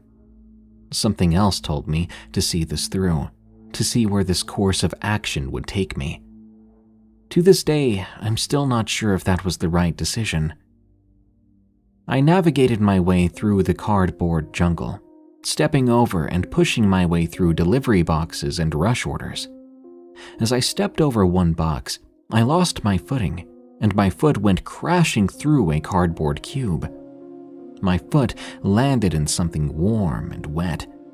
I held back the urge to vomit what little food I had that morning, and I continued to press forward, not daring to look at the condition my shoe was in. I got up to the door, the same chipped and faded paint that curled on the steps evident on this wooden panel. I reluctantly stuck my hand out toward the door, a moment of fear paralyzing me, if only for a moment, before I gave the door 3 solid knocks. I stood back about 5 feet to give the person on the other side space to open the door and feel comfortable. There was an eerie, awkward silence that filled the gap between my knocking and the time between them answering.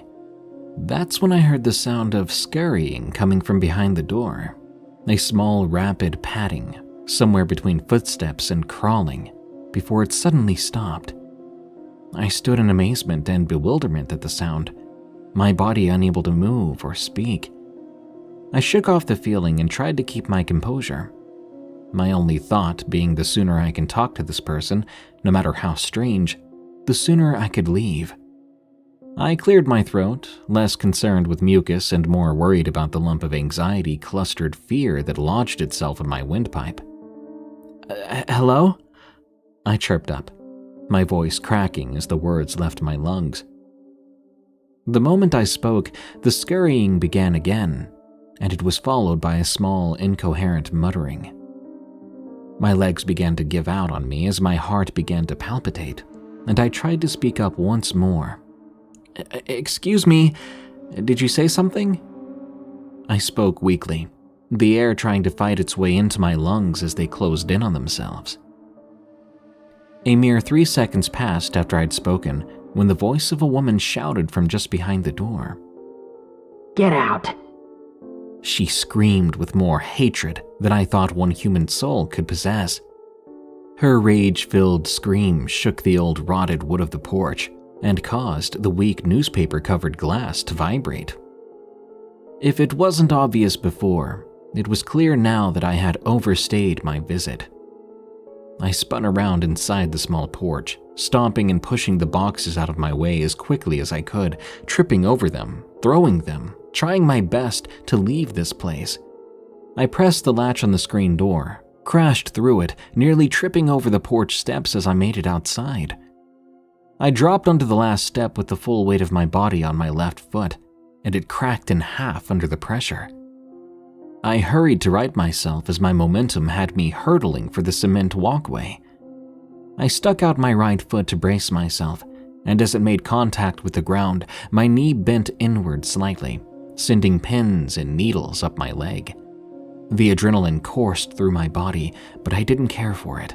I kept myself moving, trying to get the farthest distance away from this place.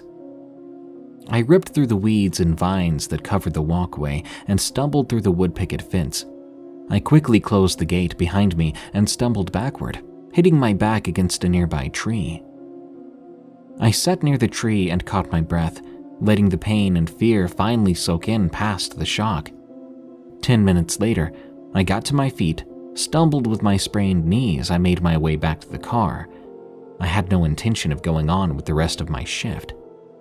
2 weeks later, I was let go because I had not met the goals needed to stay, which was honestly the best news I could have gotten. Not having that job meant I'd need to look for a new one, but it also meant I would never have to set foot in a place like that again. Oh, and you remember those bright, round green leaves I mentioned before, which I thankfully ignored? It was poison oak. The folks there were apparently growing poison oak in their yard.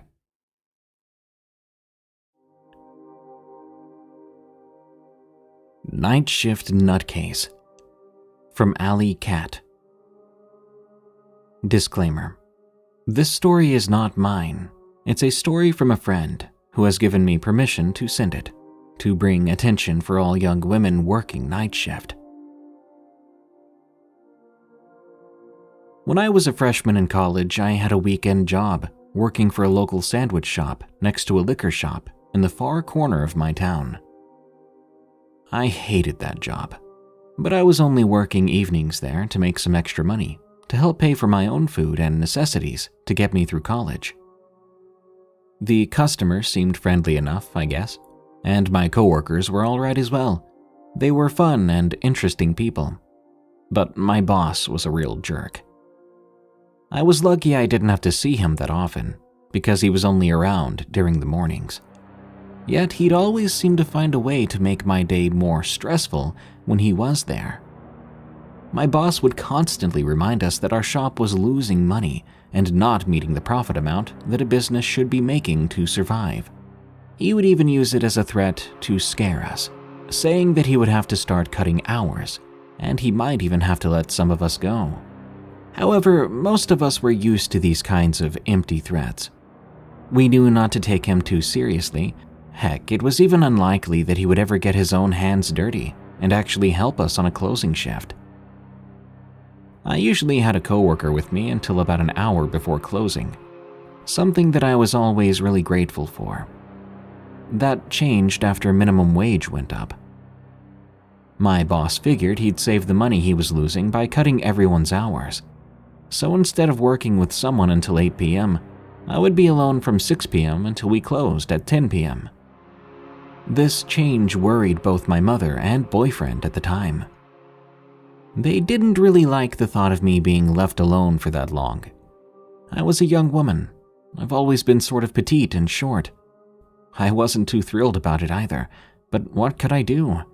I needed that job. I dreaded the following weekend when the new schedule would be in effect. On Friday, my boyfriend agreed to stay with me until we closed, but on Saturday he couldn't, and so I begrudgingly made my way to work at 3 p.m. that day. I had a coworker with me until 6 p.m., and they clocked out and left.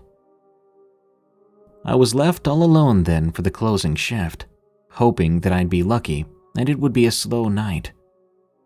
For a while there, I thought I did have luck on my side. Not a lot of people were coming in, except for a few regulars at the end of what would usually be the dinner rush, which was nothing I couldn't handle. With the spare time I had, I began cleaning up things early, as I knew it would take a lot longer to get everything done without someone else there to help me. I would bring many empty containers to the back room to wash them, returning to the front whenever I'd hear the bell above the door go off, signaling that a customer had just walked in. This went on for a couple of hours, and I hated every moment of it. At one point, I was in the back, trying to finish washing some dishes, when I heard the bell above the door go off. I glanced at the clock. We would be closing in just half an hour, so this was the point in my shift when I truly despised getting any customers. I finished rinsing the bowl I was washing, then reached for a paper towel, walking to the front to greet the unwanted customer. Much to my surprise, there was no one there. I didn't see any cars out front either. I did a quick look around the shop before returning to the back. Whoever it was, maybe they just decided they didn't want anything.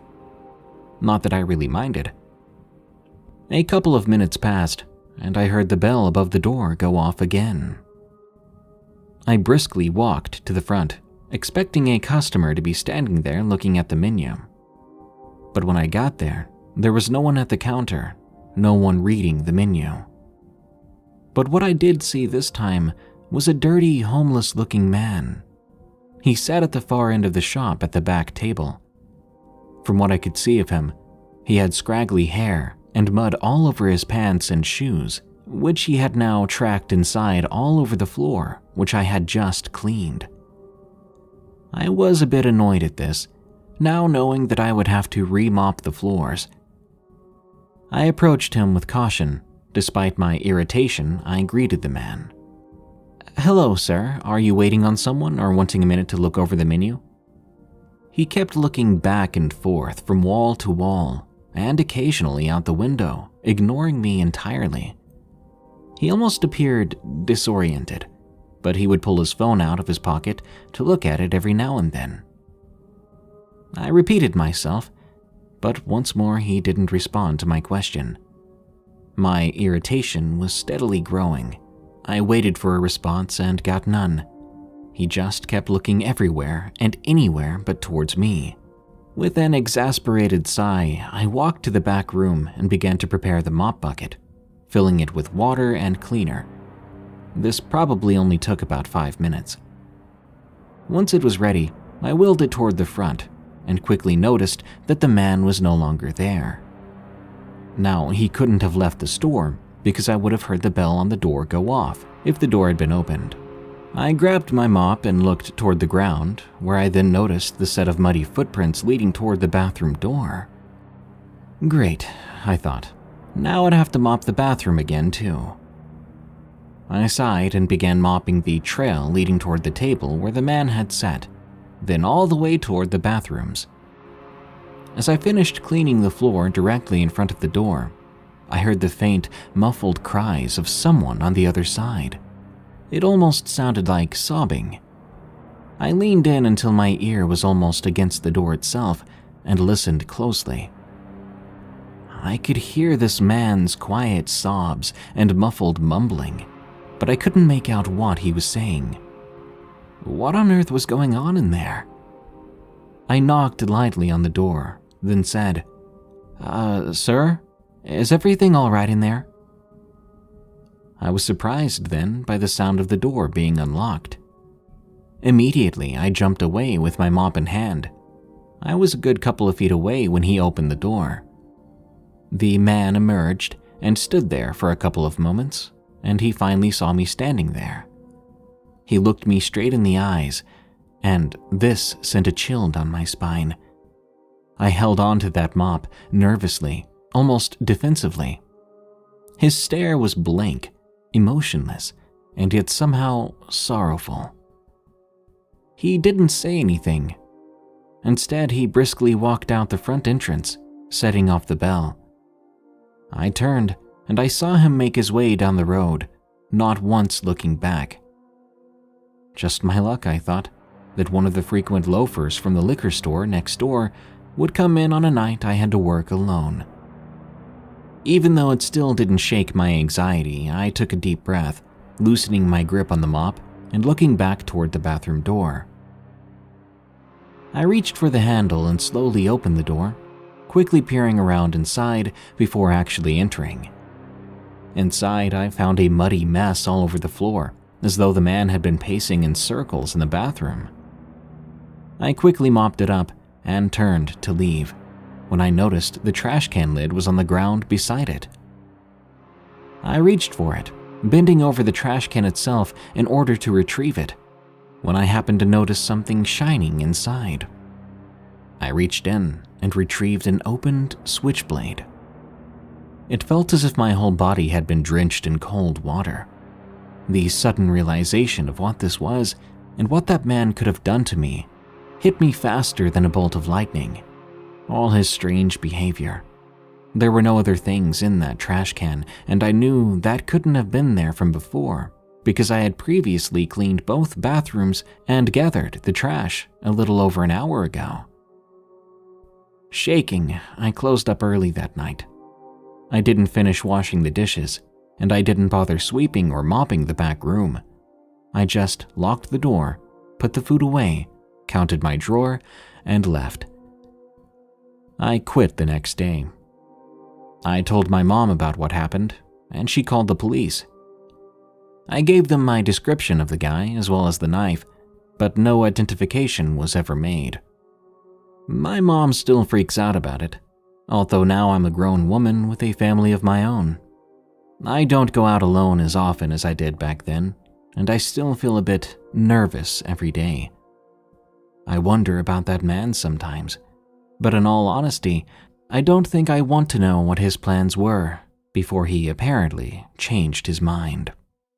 I'd rather label him in my mind as just plain crazy, and I hope he was given or found the help that he needed. One thing I do know is that when my daughter becomes of age, I'll never let her work a closing shift like I had to, for her own protection.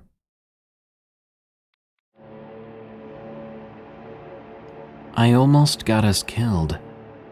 From Matt. I work in finance. A pretty boring job, actually. I started working as a teller at a bank in 2016 when I was 20 years old. I grew to know about the pains that customer-facing employees face every day. So be nice to the bank tellers. Their job is extremely difficult. I'd worked there for about a year and a half when one of the darkest experiences of my life happened. I had promoted up to be a loan officer and had my own office by the back door. It was great because my boss was chill and I would mostly watch YouTube in there. I was 21, cut me some slack. On a typical Tuesday, we had our morning rush and things began to quiet down by around 10 a.m. My desk received a phone call. I was one of the only ones that ever answered the phone. It was easier to make sales and reach my quota that way. I answered the phone with the typical polite greeting. The man on the other line seemed nice. He told me he noticed he was charged an overdraft fee in his account and asked if I could refund it for him. I told him, as we've already refunded him several $100s in fees, we will not be doing so again, and I will not be able to help him. He began to get angry with me, threatening me, yelling, cussing. I have a strict policy. I'll tolerate 3 F-bombs before I politely inform them I will not tolerate their behavior anymore, and I'll start to hang up. And yes, it happens often. In finance, the customer is not always right. He threatened to meet me in the parking lot if I didn't refund the fee. I just hung up at that point. I took a break to relax a little after that, and I went to my buddy's office to hang out. I noticed the office phones were ringing constantly since my last phone call. Kind of unusual for a Tuesday morning. I noticed one of the tellers was on the phone, and she looked concerned. Then I overheard her saying something similar to what I'd just said on the phone before she hung up. I decided to ask her about it. Seems the same man called again. Then the phone rang once more. Same man. He actually kept calling and calling. Eventually, the manager told us if we see his caller ID, completely ignore the call. No sense in being harassed by this lunatic. He called us over 150 times in 1 hour. Eventually, my manager answered the phone. That man was irate. He threatened us more, saying he was going to come there and kill all of us. My manager didn't take this lightly. We had to go on lockdown. We were directly next to a school too, and they had to go on lockdown as well. My manager didn't want to shut business down completely, so he decided 2 of our more athletic men would guard the doors to let people in, as long as they weren't this man.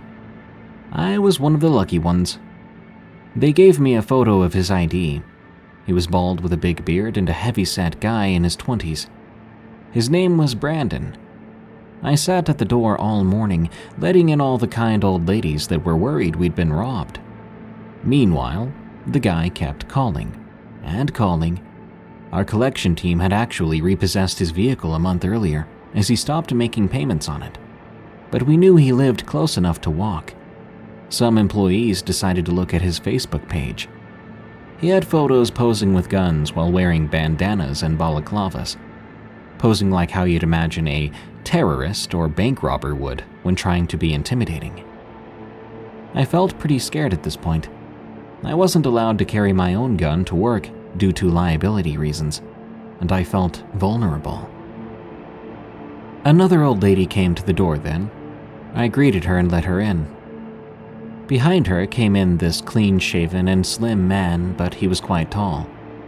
He said to me in a very hushed voice, "Hi, I'm Brandon, and you need to take me to your manager's office." I went cold. He was wearing a hoodie and had his hands in his pocket. He had bags under his eyes. He looked nothing like how his ID used to look. He shaved and he lost at least 75 pounds. He looked absolutely manic. I froze with fear. I had just opened the door up for the guy that threatened to kill all of us. Quietly, I took him to my manager's office. I gave a subtle nod to a teller. They read my face and body language and hit the panic button under the desk. I brought him into the manager's office. My manager was so scared. This man politely sat down with his hands in his pockets still. The air was cold, and I stood standing at the door ready to jump on the guy or run away. I wasn't sure. Before anything else could happen, the police came walking in swiftly but quietly. They approached behind him in the office and quickly subdued him. Turns out, my manager had let the police know the situation beforehand, and they already had cops stationed close by. They pulled a handgun from the man's pocket and arrested him. I looked around at my coworkers, all collectively sighing in relief. Unfortunately, we were not allowed to leave early. In fact, we stayed late that day. We had to give witness statements to the police. I came into work the next day, unplugging my desk phone. Even now, the sound of that ringtone brings me right back to that cloudy Tuesday morning. After this, I took a job underwriting loans, away from the general public. I still have a no F-word policy, by the way. I won't be bullied by these loonies. The Paint Contractor, from Shirley H.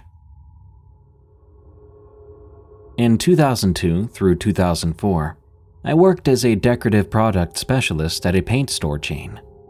My job was to work with clients in the store, at their home or job site in an interior design capacity. Essentially, I helped with choosing paint colors, wall coverings, and the like. It was a brand new store and there were only 3 employees: the general manager Jimmy, the assistant manager Joel, and me. That being the case, plus me having to work around my college classes, meant that I worked a lot of evening and weekend shifts alone. The majority of paint business sales come from contractors. We worked hard to establish relationships with them. With it being a new store, we put up with more than we should have for the sake of getting and keeping more of those contractor sales. While my bosses dealt more with their low bids, I dealt with their lowbrow humor. It is a male-dominated environment to be sure, and quite a few found my presence a real novelty. Nowadays, the kind of things I endured would never be tolerated, thank God. There was one particular contractor who tested all of our patience. I'll call him Frank. Frank was around 50, 6 feet tall, and built like the farmer he'd been most of his life. He worked on his own, and it didn't take long to understand why. He was extremely sexist, demanding, and rude. After the first month or so of coming in, he began to make inappropriate comments to my coworkers about me. Then he began to do it directly to me. Over the course of a year, his unwanted attention increased in intensity. One day I was ringing up a customer when Frank came in. As I turned to fulfill the order, he nudged the guy and said, "Look at that rear, best in town." The customer didn't know how to respond.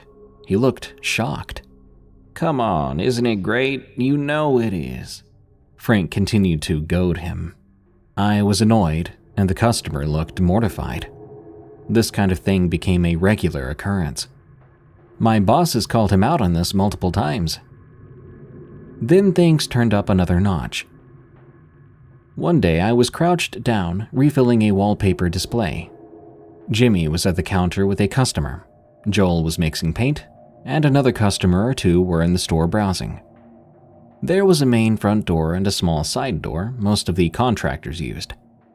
For whatever reason, Frank decided to come in through the front that day. Being crouched down behind the display like I was, I didn't think that he could see me.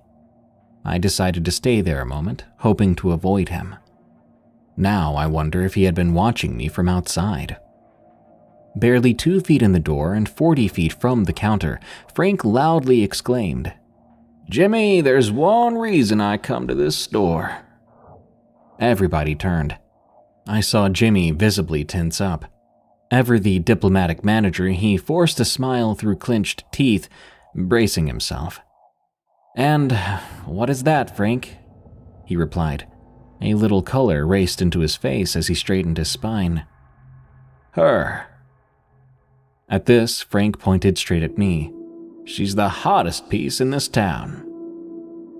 I felt all the color drain from my face. This was different than his prior rudeness. He was becoming bolder. It didn't matter that there were so many people around. In fact, he was either feeding off of the audience, or our discomfort, or maybe both. "Frank, that's enough. We're happy to work with you, but that kind of behavior is not appropriate. Let's keep things professional here." Jimmy was struggling with how strong he needed to be for his words to be effective, while not giving the wrong impression to everyone else in the store. For the next bit, you need a little context concerning the layout of the store. The front 2/3 of the store was the main selling floor. Then there was the main counter with an office to the right. A 4-foot-tall wall behind the counter separated it from the mixing area, and the mixing area was about 12 by 20 feet or more. Doors on either side of the back wall of the mixing area led to the warehouse. There was a good bit of space around the short wall in the main counter, so we could travel easily to and from the warehouse. Depending on the size of the order, we would stage contractor orders either in the mixing area near the office or inside the warehouse. Knowing this, most contractors came in the side door that was near the office, directly in line with the main counter.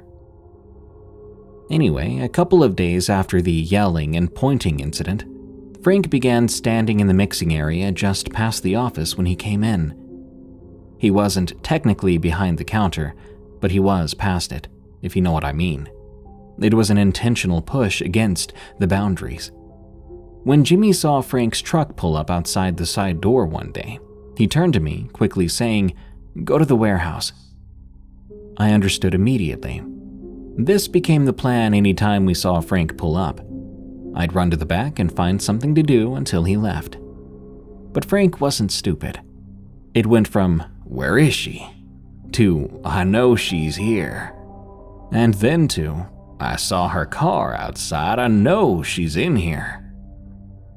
That last one he said one day as he walked straight past the guys and into the warehouse in search of me, like I was prey. "There you are. What are you doing? Trying to hide from me or something?" He tried to laugh it off as a joke. No one joined him in laughing. Jimmy, his wonderful linebacker-sized self, came to stand in front of me. He herded Frank out of the warehouse, saying that it was off limits, and so was I, period. He said that he needed to leave me alone. I so wished that had been the end of it. Just days later, I was closing the store alone on a Friday night. Earlier in the day, Jimmy had mixed an order for Frank, leaving it in the mixing area. Frank had said he needed it first thing Saturday morning. Of course, he decided to pick it up 5 minutes before closing that night, when I was alone. My stomach clenched when I saw him come in. Before I could get to the counter, he followed me to the stack of cans, so he could look over the order. I became very aware of the situation, our size difference, his intimidating body language, the fact I was alone, the fact that no other customers would be coming in since we were now supposed to be closed. This isn't what I ordered. I specifically told Jimmy that this isn't what I wanted." He was raising his voice and standing way too close to me. I tried calming him down as I backed away. "Let me give him a call and see if we can sort it out." I couldn't dial the number fast enough, but it went to voicemail. Jimmy, it's me. Frank is here and says that this isn't what he ordered. He's very upset. Please call as soon as you get this." With every word, I tried to convey the situation. I dialed again. Voicemail. I hung up. Let me check what we have in the computer. Maybe he made a mistake," I said, using the opportunity to get away from Frank. "Yeah, it's a mistake. You'd better check it out." He was coming behind the main counter now. Fear washed over me. I dialed again, and no response once more. Why had we abused calling Jimmy's cell with stupid questions in the past? Jimmy, pick up, I thought. I could just imagine Jimmy sitting at the dinner table, rolling his eyes. He was intentionally not answering because he wanted me to figure out whatever it was on my own so he could eat in peace. I dialed again. No answer. Frank kept up his diatribe. I looked at the computer. "Well, Frank, this looks like it matches what he made up for you." "You calling me a liar?" He was literally yelling now. There was no reason for this. The man looked possessed, an expression of pure rage covering his face. Dial, no answer, hang up, dial again. At that point, Frank leaned over me, arms raised in protest, yelling in my face. I don't even remember what he was saying. Full-on terror had me ready to dial 911. Then the phone rang in my hand. Thank God. Our standard greeting was barely out of my mouth when Jimmy cut in. "Shirley, are you okay?" "No, Frank is wanting his order for the morning, and it isn't what he was expecting." "Jimmy, get the point." "Oh, I understand you. I'm already heading to the car. I'll be there in 15 minutes. Jimmy knew that the situation must be serious. At that point, he would beat the police even if I called them. How could I speak in code to them while making Frank think I was talking to Jimmy anyway? Or at least well enough to get them there quicker than he could now.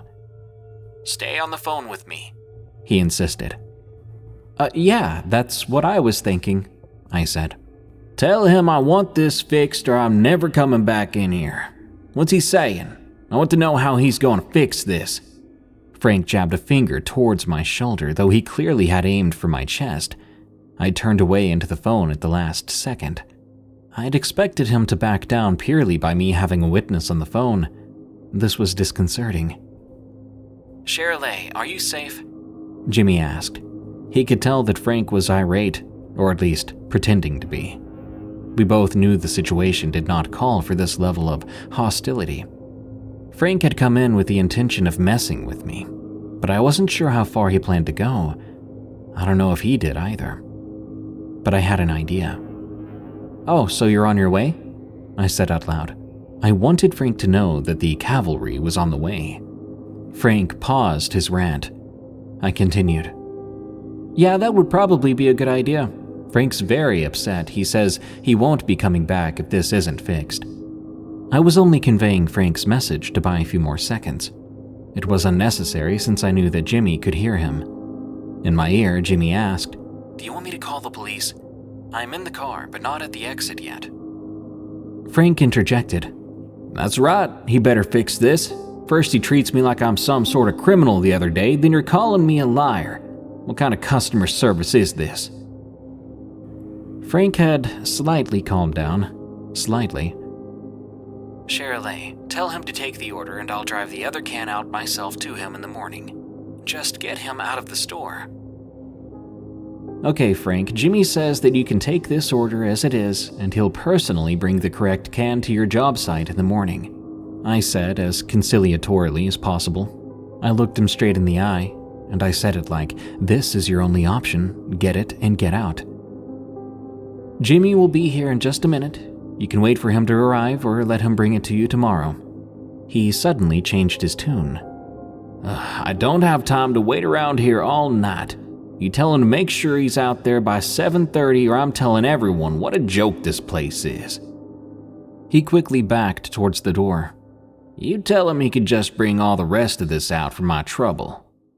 And he was pulling out of the parking lot seconds later. My heart still pounded, but I could breathe a little easier. "I heard that. Let me know when he's gone," Jimmy said with the same obvious relief. "He's gone. I saw him leave the parking lot." "Okay, do you still want me to come out? If not, I'm coming up on a spot where I can loop back around." "No, go on home. I think that he got scared off, particularly since he didn't even take the order he was ranting and raving about. Thanks, though, seriously. I was praying so hard that you would answer the phone," I said sincerely. "I'm glad you knew you could call. When you kept blowing up my phone, it dawned on me there was only one reason you'd do that, especially since I just told you and Joel to stop calling me so often when I'm off." I could hear the wry grin in his voice. "Yeah, sorry about that. I figured you were intentionally not answering your phone for that reason. Thank God you understood. I'm fine now, but I was really scared, Jimmy. I've never seen him like that before." "I know. I shouldn't have let it get this far, trust me. I'll be having a conversation with him in the morning. You won't be hearing from him again."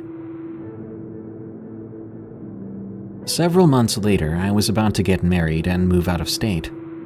My last day there, I worked and closed alone. As I was sweeping the floor for the last time, I heard the side door chime. I stopped cold. It was Frank. He stood just inside the door, not moving. We just looked at one another for a moment. He seemed different, contrite, a little softer, like the rigidity of that intimidating body language he'd used before was gone. I waited. "So I heard you're leaving," he started tentatively. I simply nodded. He nodded in return, shuffling his feet and nervously handling the keys in his pocket. After a couple of false starts, he found his words. "My sister told me that the way I've been acting hasn't been very Christian-like." I don't know what I expected to hear, but that sure wasn't it. He went on. "She said I shouldn't be saying things to you like I have, that people wouldn't know I'm a Christian by the way I acted." He looked at the floor, clearly humbled. "Her saying that really bothered me. I don't want to give God a bad name. I wouldn't like it if someone thought poorly of him because I said I was a Christian but did bad things." I was stunned. "So I wanted to come in and apologize to you for anything I've said or done that might have offended you. I don't expect you to forgive me, but I hope you will." At this, he looked up. "Can you forgive me? I'm really sorry." I was silent a few seconds, still reeling and trying to wrap my mind around what he'd said. Yeah, I forgive you." And I did. He seemed obviously repentant. There was too much change for this not to be a genuine apology. I watched the tension leave his body as he sighed and his shoulders let down. He seemed to be as surprised as I was when tears of relief sprang in his eyes. I don't think that he actually expected me to forgive him, or maybe how much he needed to hear me say it. He nodded in gratitude, then quickly cleared his throat, saying, "Well, that's all I wanted to say. Congrats on getting married. I hope things work out for you." I replied, "Thank you," as he backed out of the door. That was the last time I saw him. For months, Frank had terrorized me. He'd annoyed, offended, harassed, and then scared me. He had made me feel helpless. I always thought if I'm not safe in a very public location with bright lights and the potential for customers at any moment, where am I safe? At times, he had tried to make me feel like the stupid woman only good for looking at, trying to work where only men should. I'll never go about life as oblivious to my surroundings as I did before working there. I've used this experience as a cautionary tale with my daughter and other women.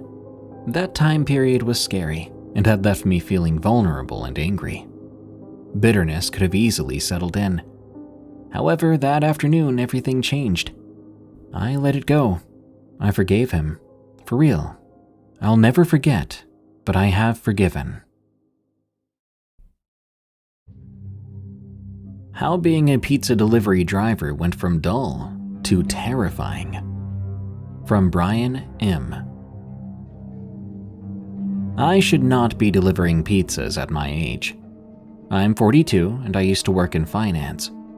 Then I lost my job because of the downturn in the economy, and like a pack of falling cards, my wife moved out, my friends stopped replying to my messages, and my house was repossessed. All I have left is my car. It's where I sleep now, and I use it to scrape up a living. One evening, I was taking a mega meat stuffed crust with wedges and dips out to an address in the center of town. Seemed like at that point, both my car and I smelled permanently of pizza. I assumed a new low point would come soon when I stopped noticing this, but as I parked and climbed out of the car, I felt as if someone had sprayed a melted cheese and tomato sauce scent body spray over me.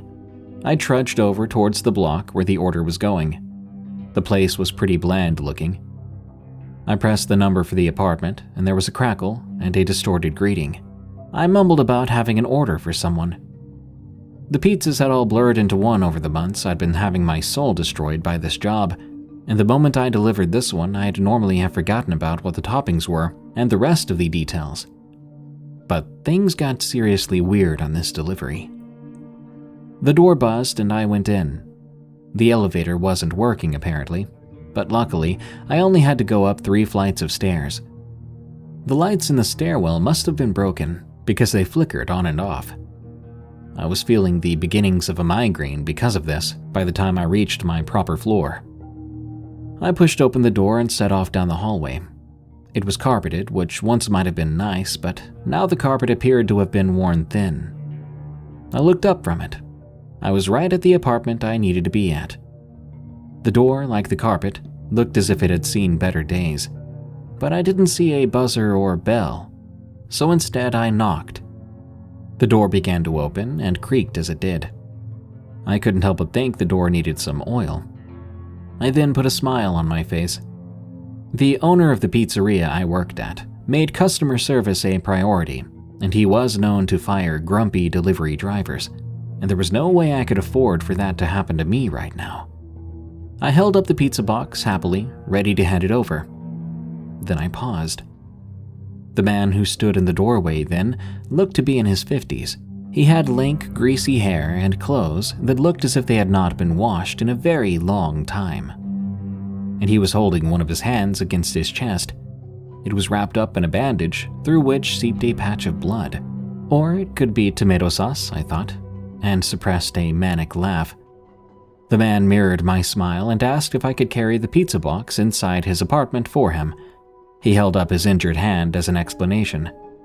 Now, to me, it seemed rude not to help, so I walked through into an untidy living room, then followed the man into a cramped kitchen. I could see more blood on the work surface and a blade with a crimson tip, so it didn't take a master detective to work out he had cut himself with a knife recently. He asked me to put the pizza box down and open it up for him. I did, and wished him well. I had more orders waiting for me back at the pizzeria, and this delivery had already taken too long. I began to turn away and only glimpsed him getting a dish out of the refrigerator, taking something out of it with his good hand and placing it right in the center of the pizza. A new custom ingredient among the different meats and cheeses and tomato sauce and base. I knew it was a finger because I saw the nail on it. My legs felt as if they were about to give way as I hurried for the door. I did not reply when he called after me, asking if I would like a slice. Tales from the Break Room is a viewer-submitted podcast featuring allegedly true scary stories that happened on the way to, on the way from, or at work. If you want your story to be narrated on the show, send it to us at eeriecast.com/submit. As of April 14th, we're paying 3 cents per word for stories that are approved and make it onto the show. Submission does not guarantee approval or payment. For a limited time only, PayPal only. Tales from the Break Room is an EerieCast Network original podcast hosted by Darkness Prevails. You can follow him on Twitter at Dark Prevails, and you can hear thousands more stories read by him on our other show, Unexplained Encounters. If you enjoyed this episode, please follow and rate Tales from the Break Room on Spotify and Apple Podcasts. You can also enjoy plenty more horror-themed podcasts at eeriecast.com.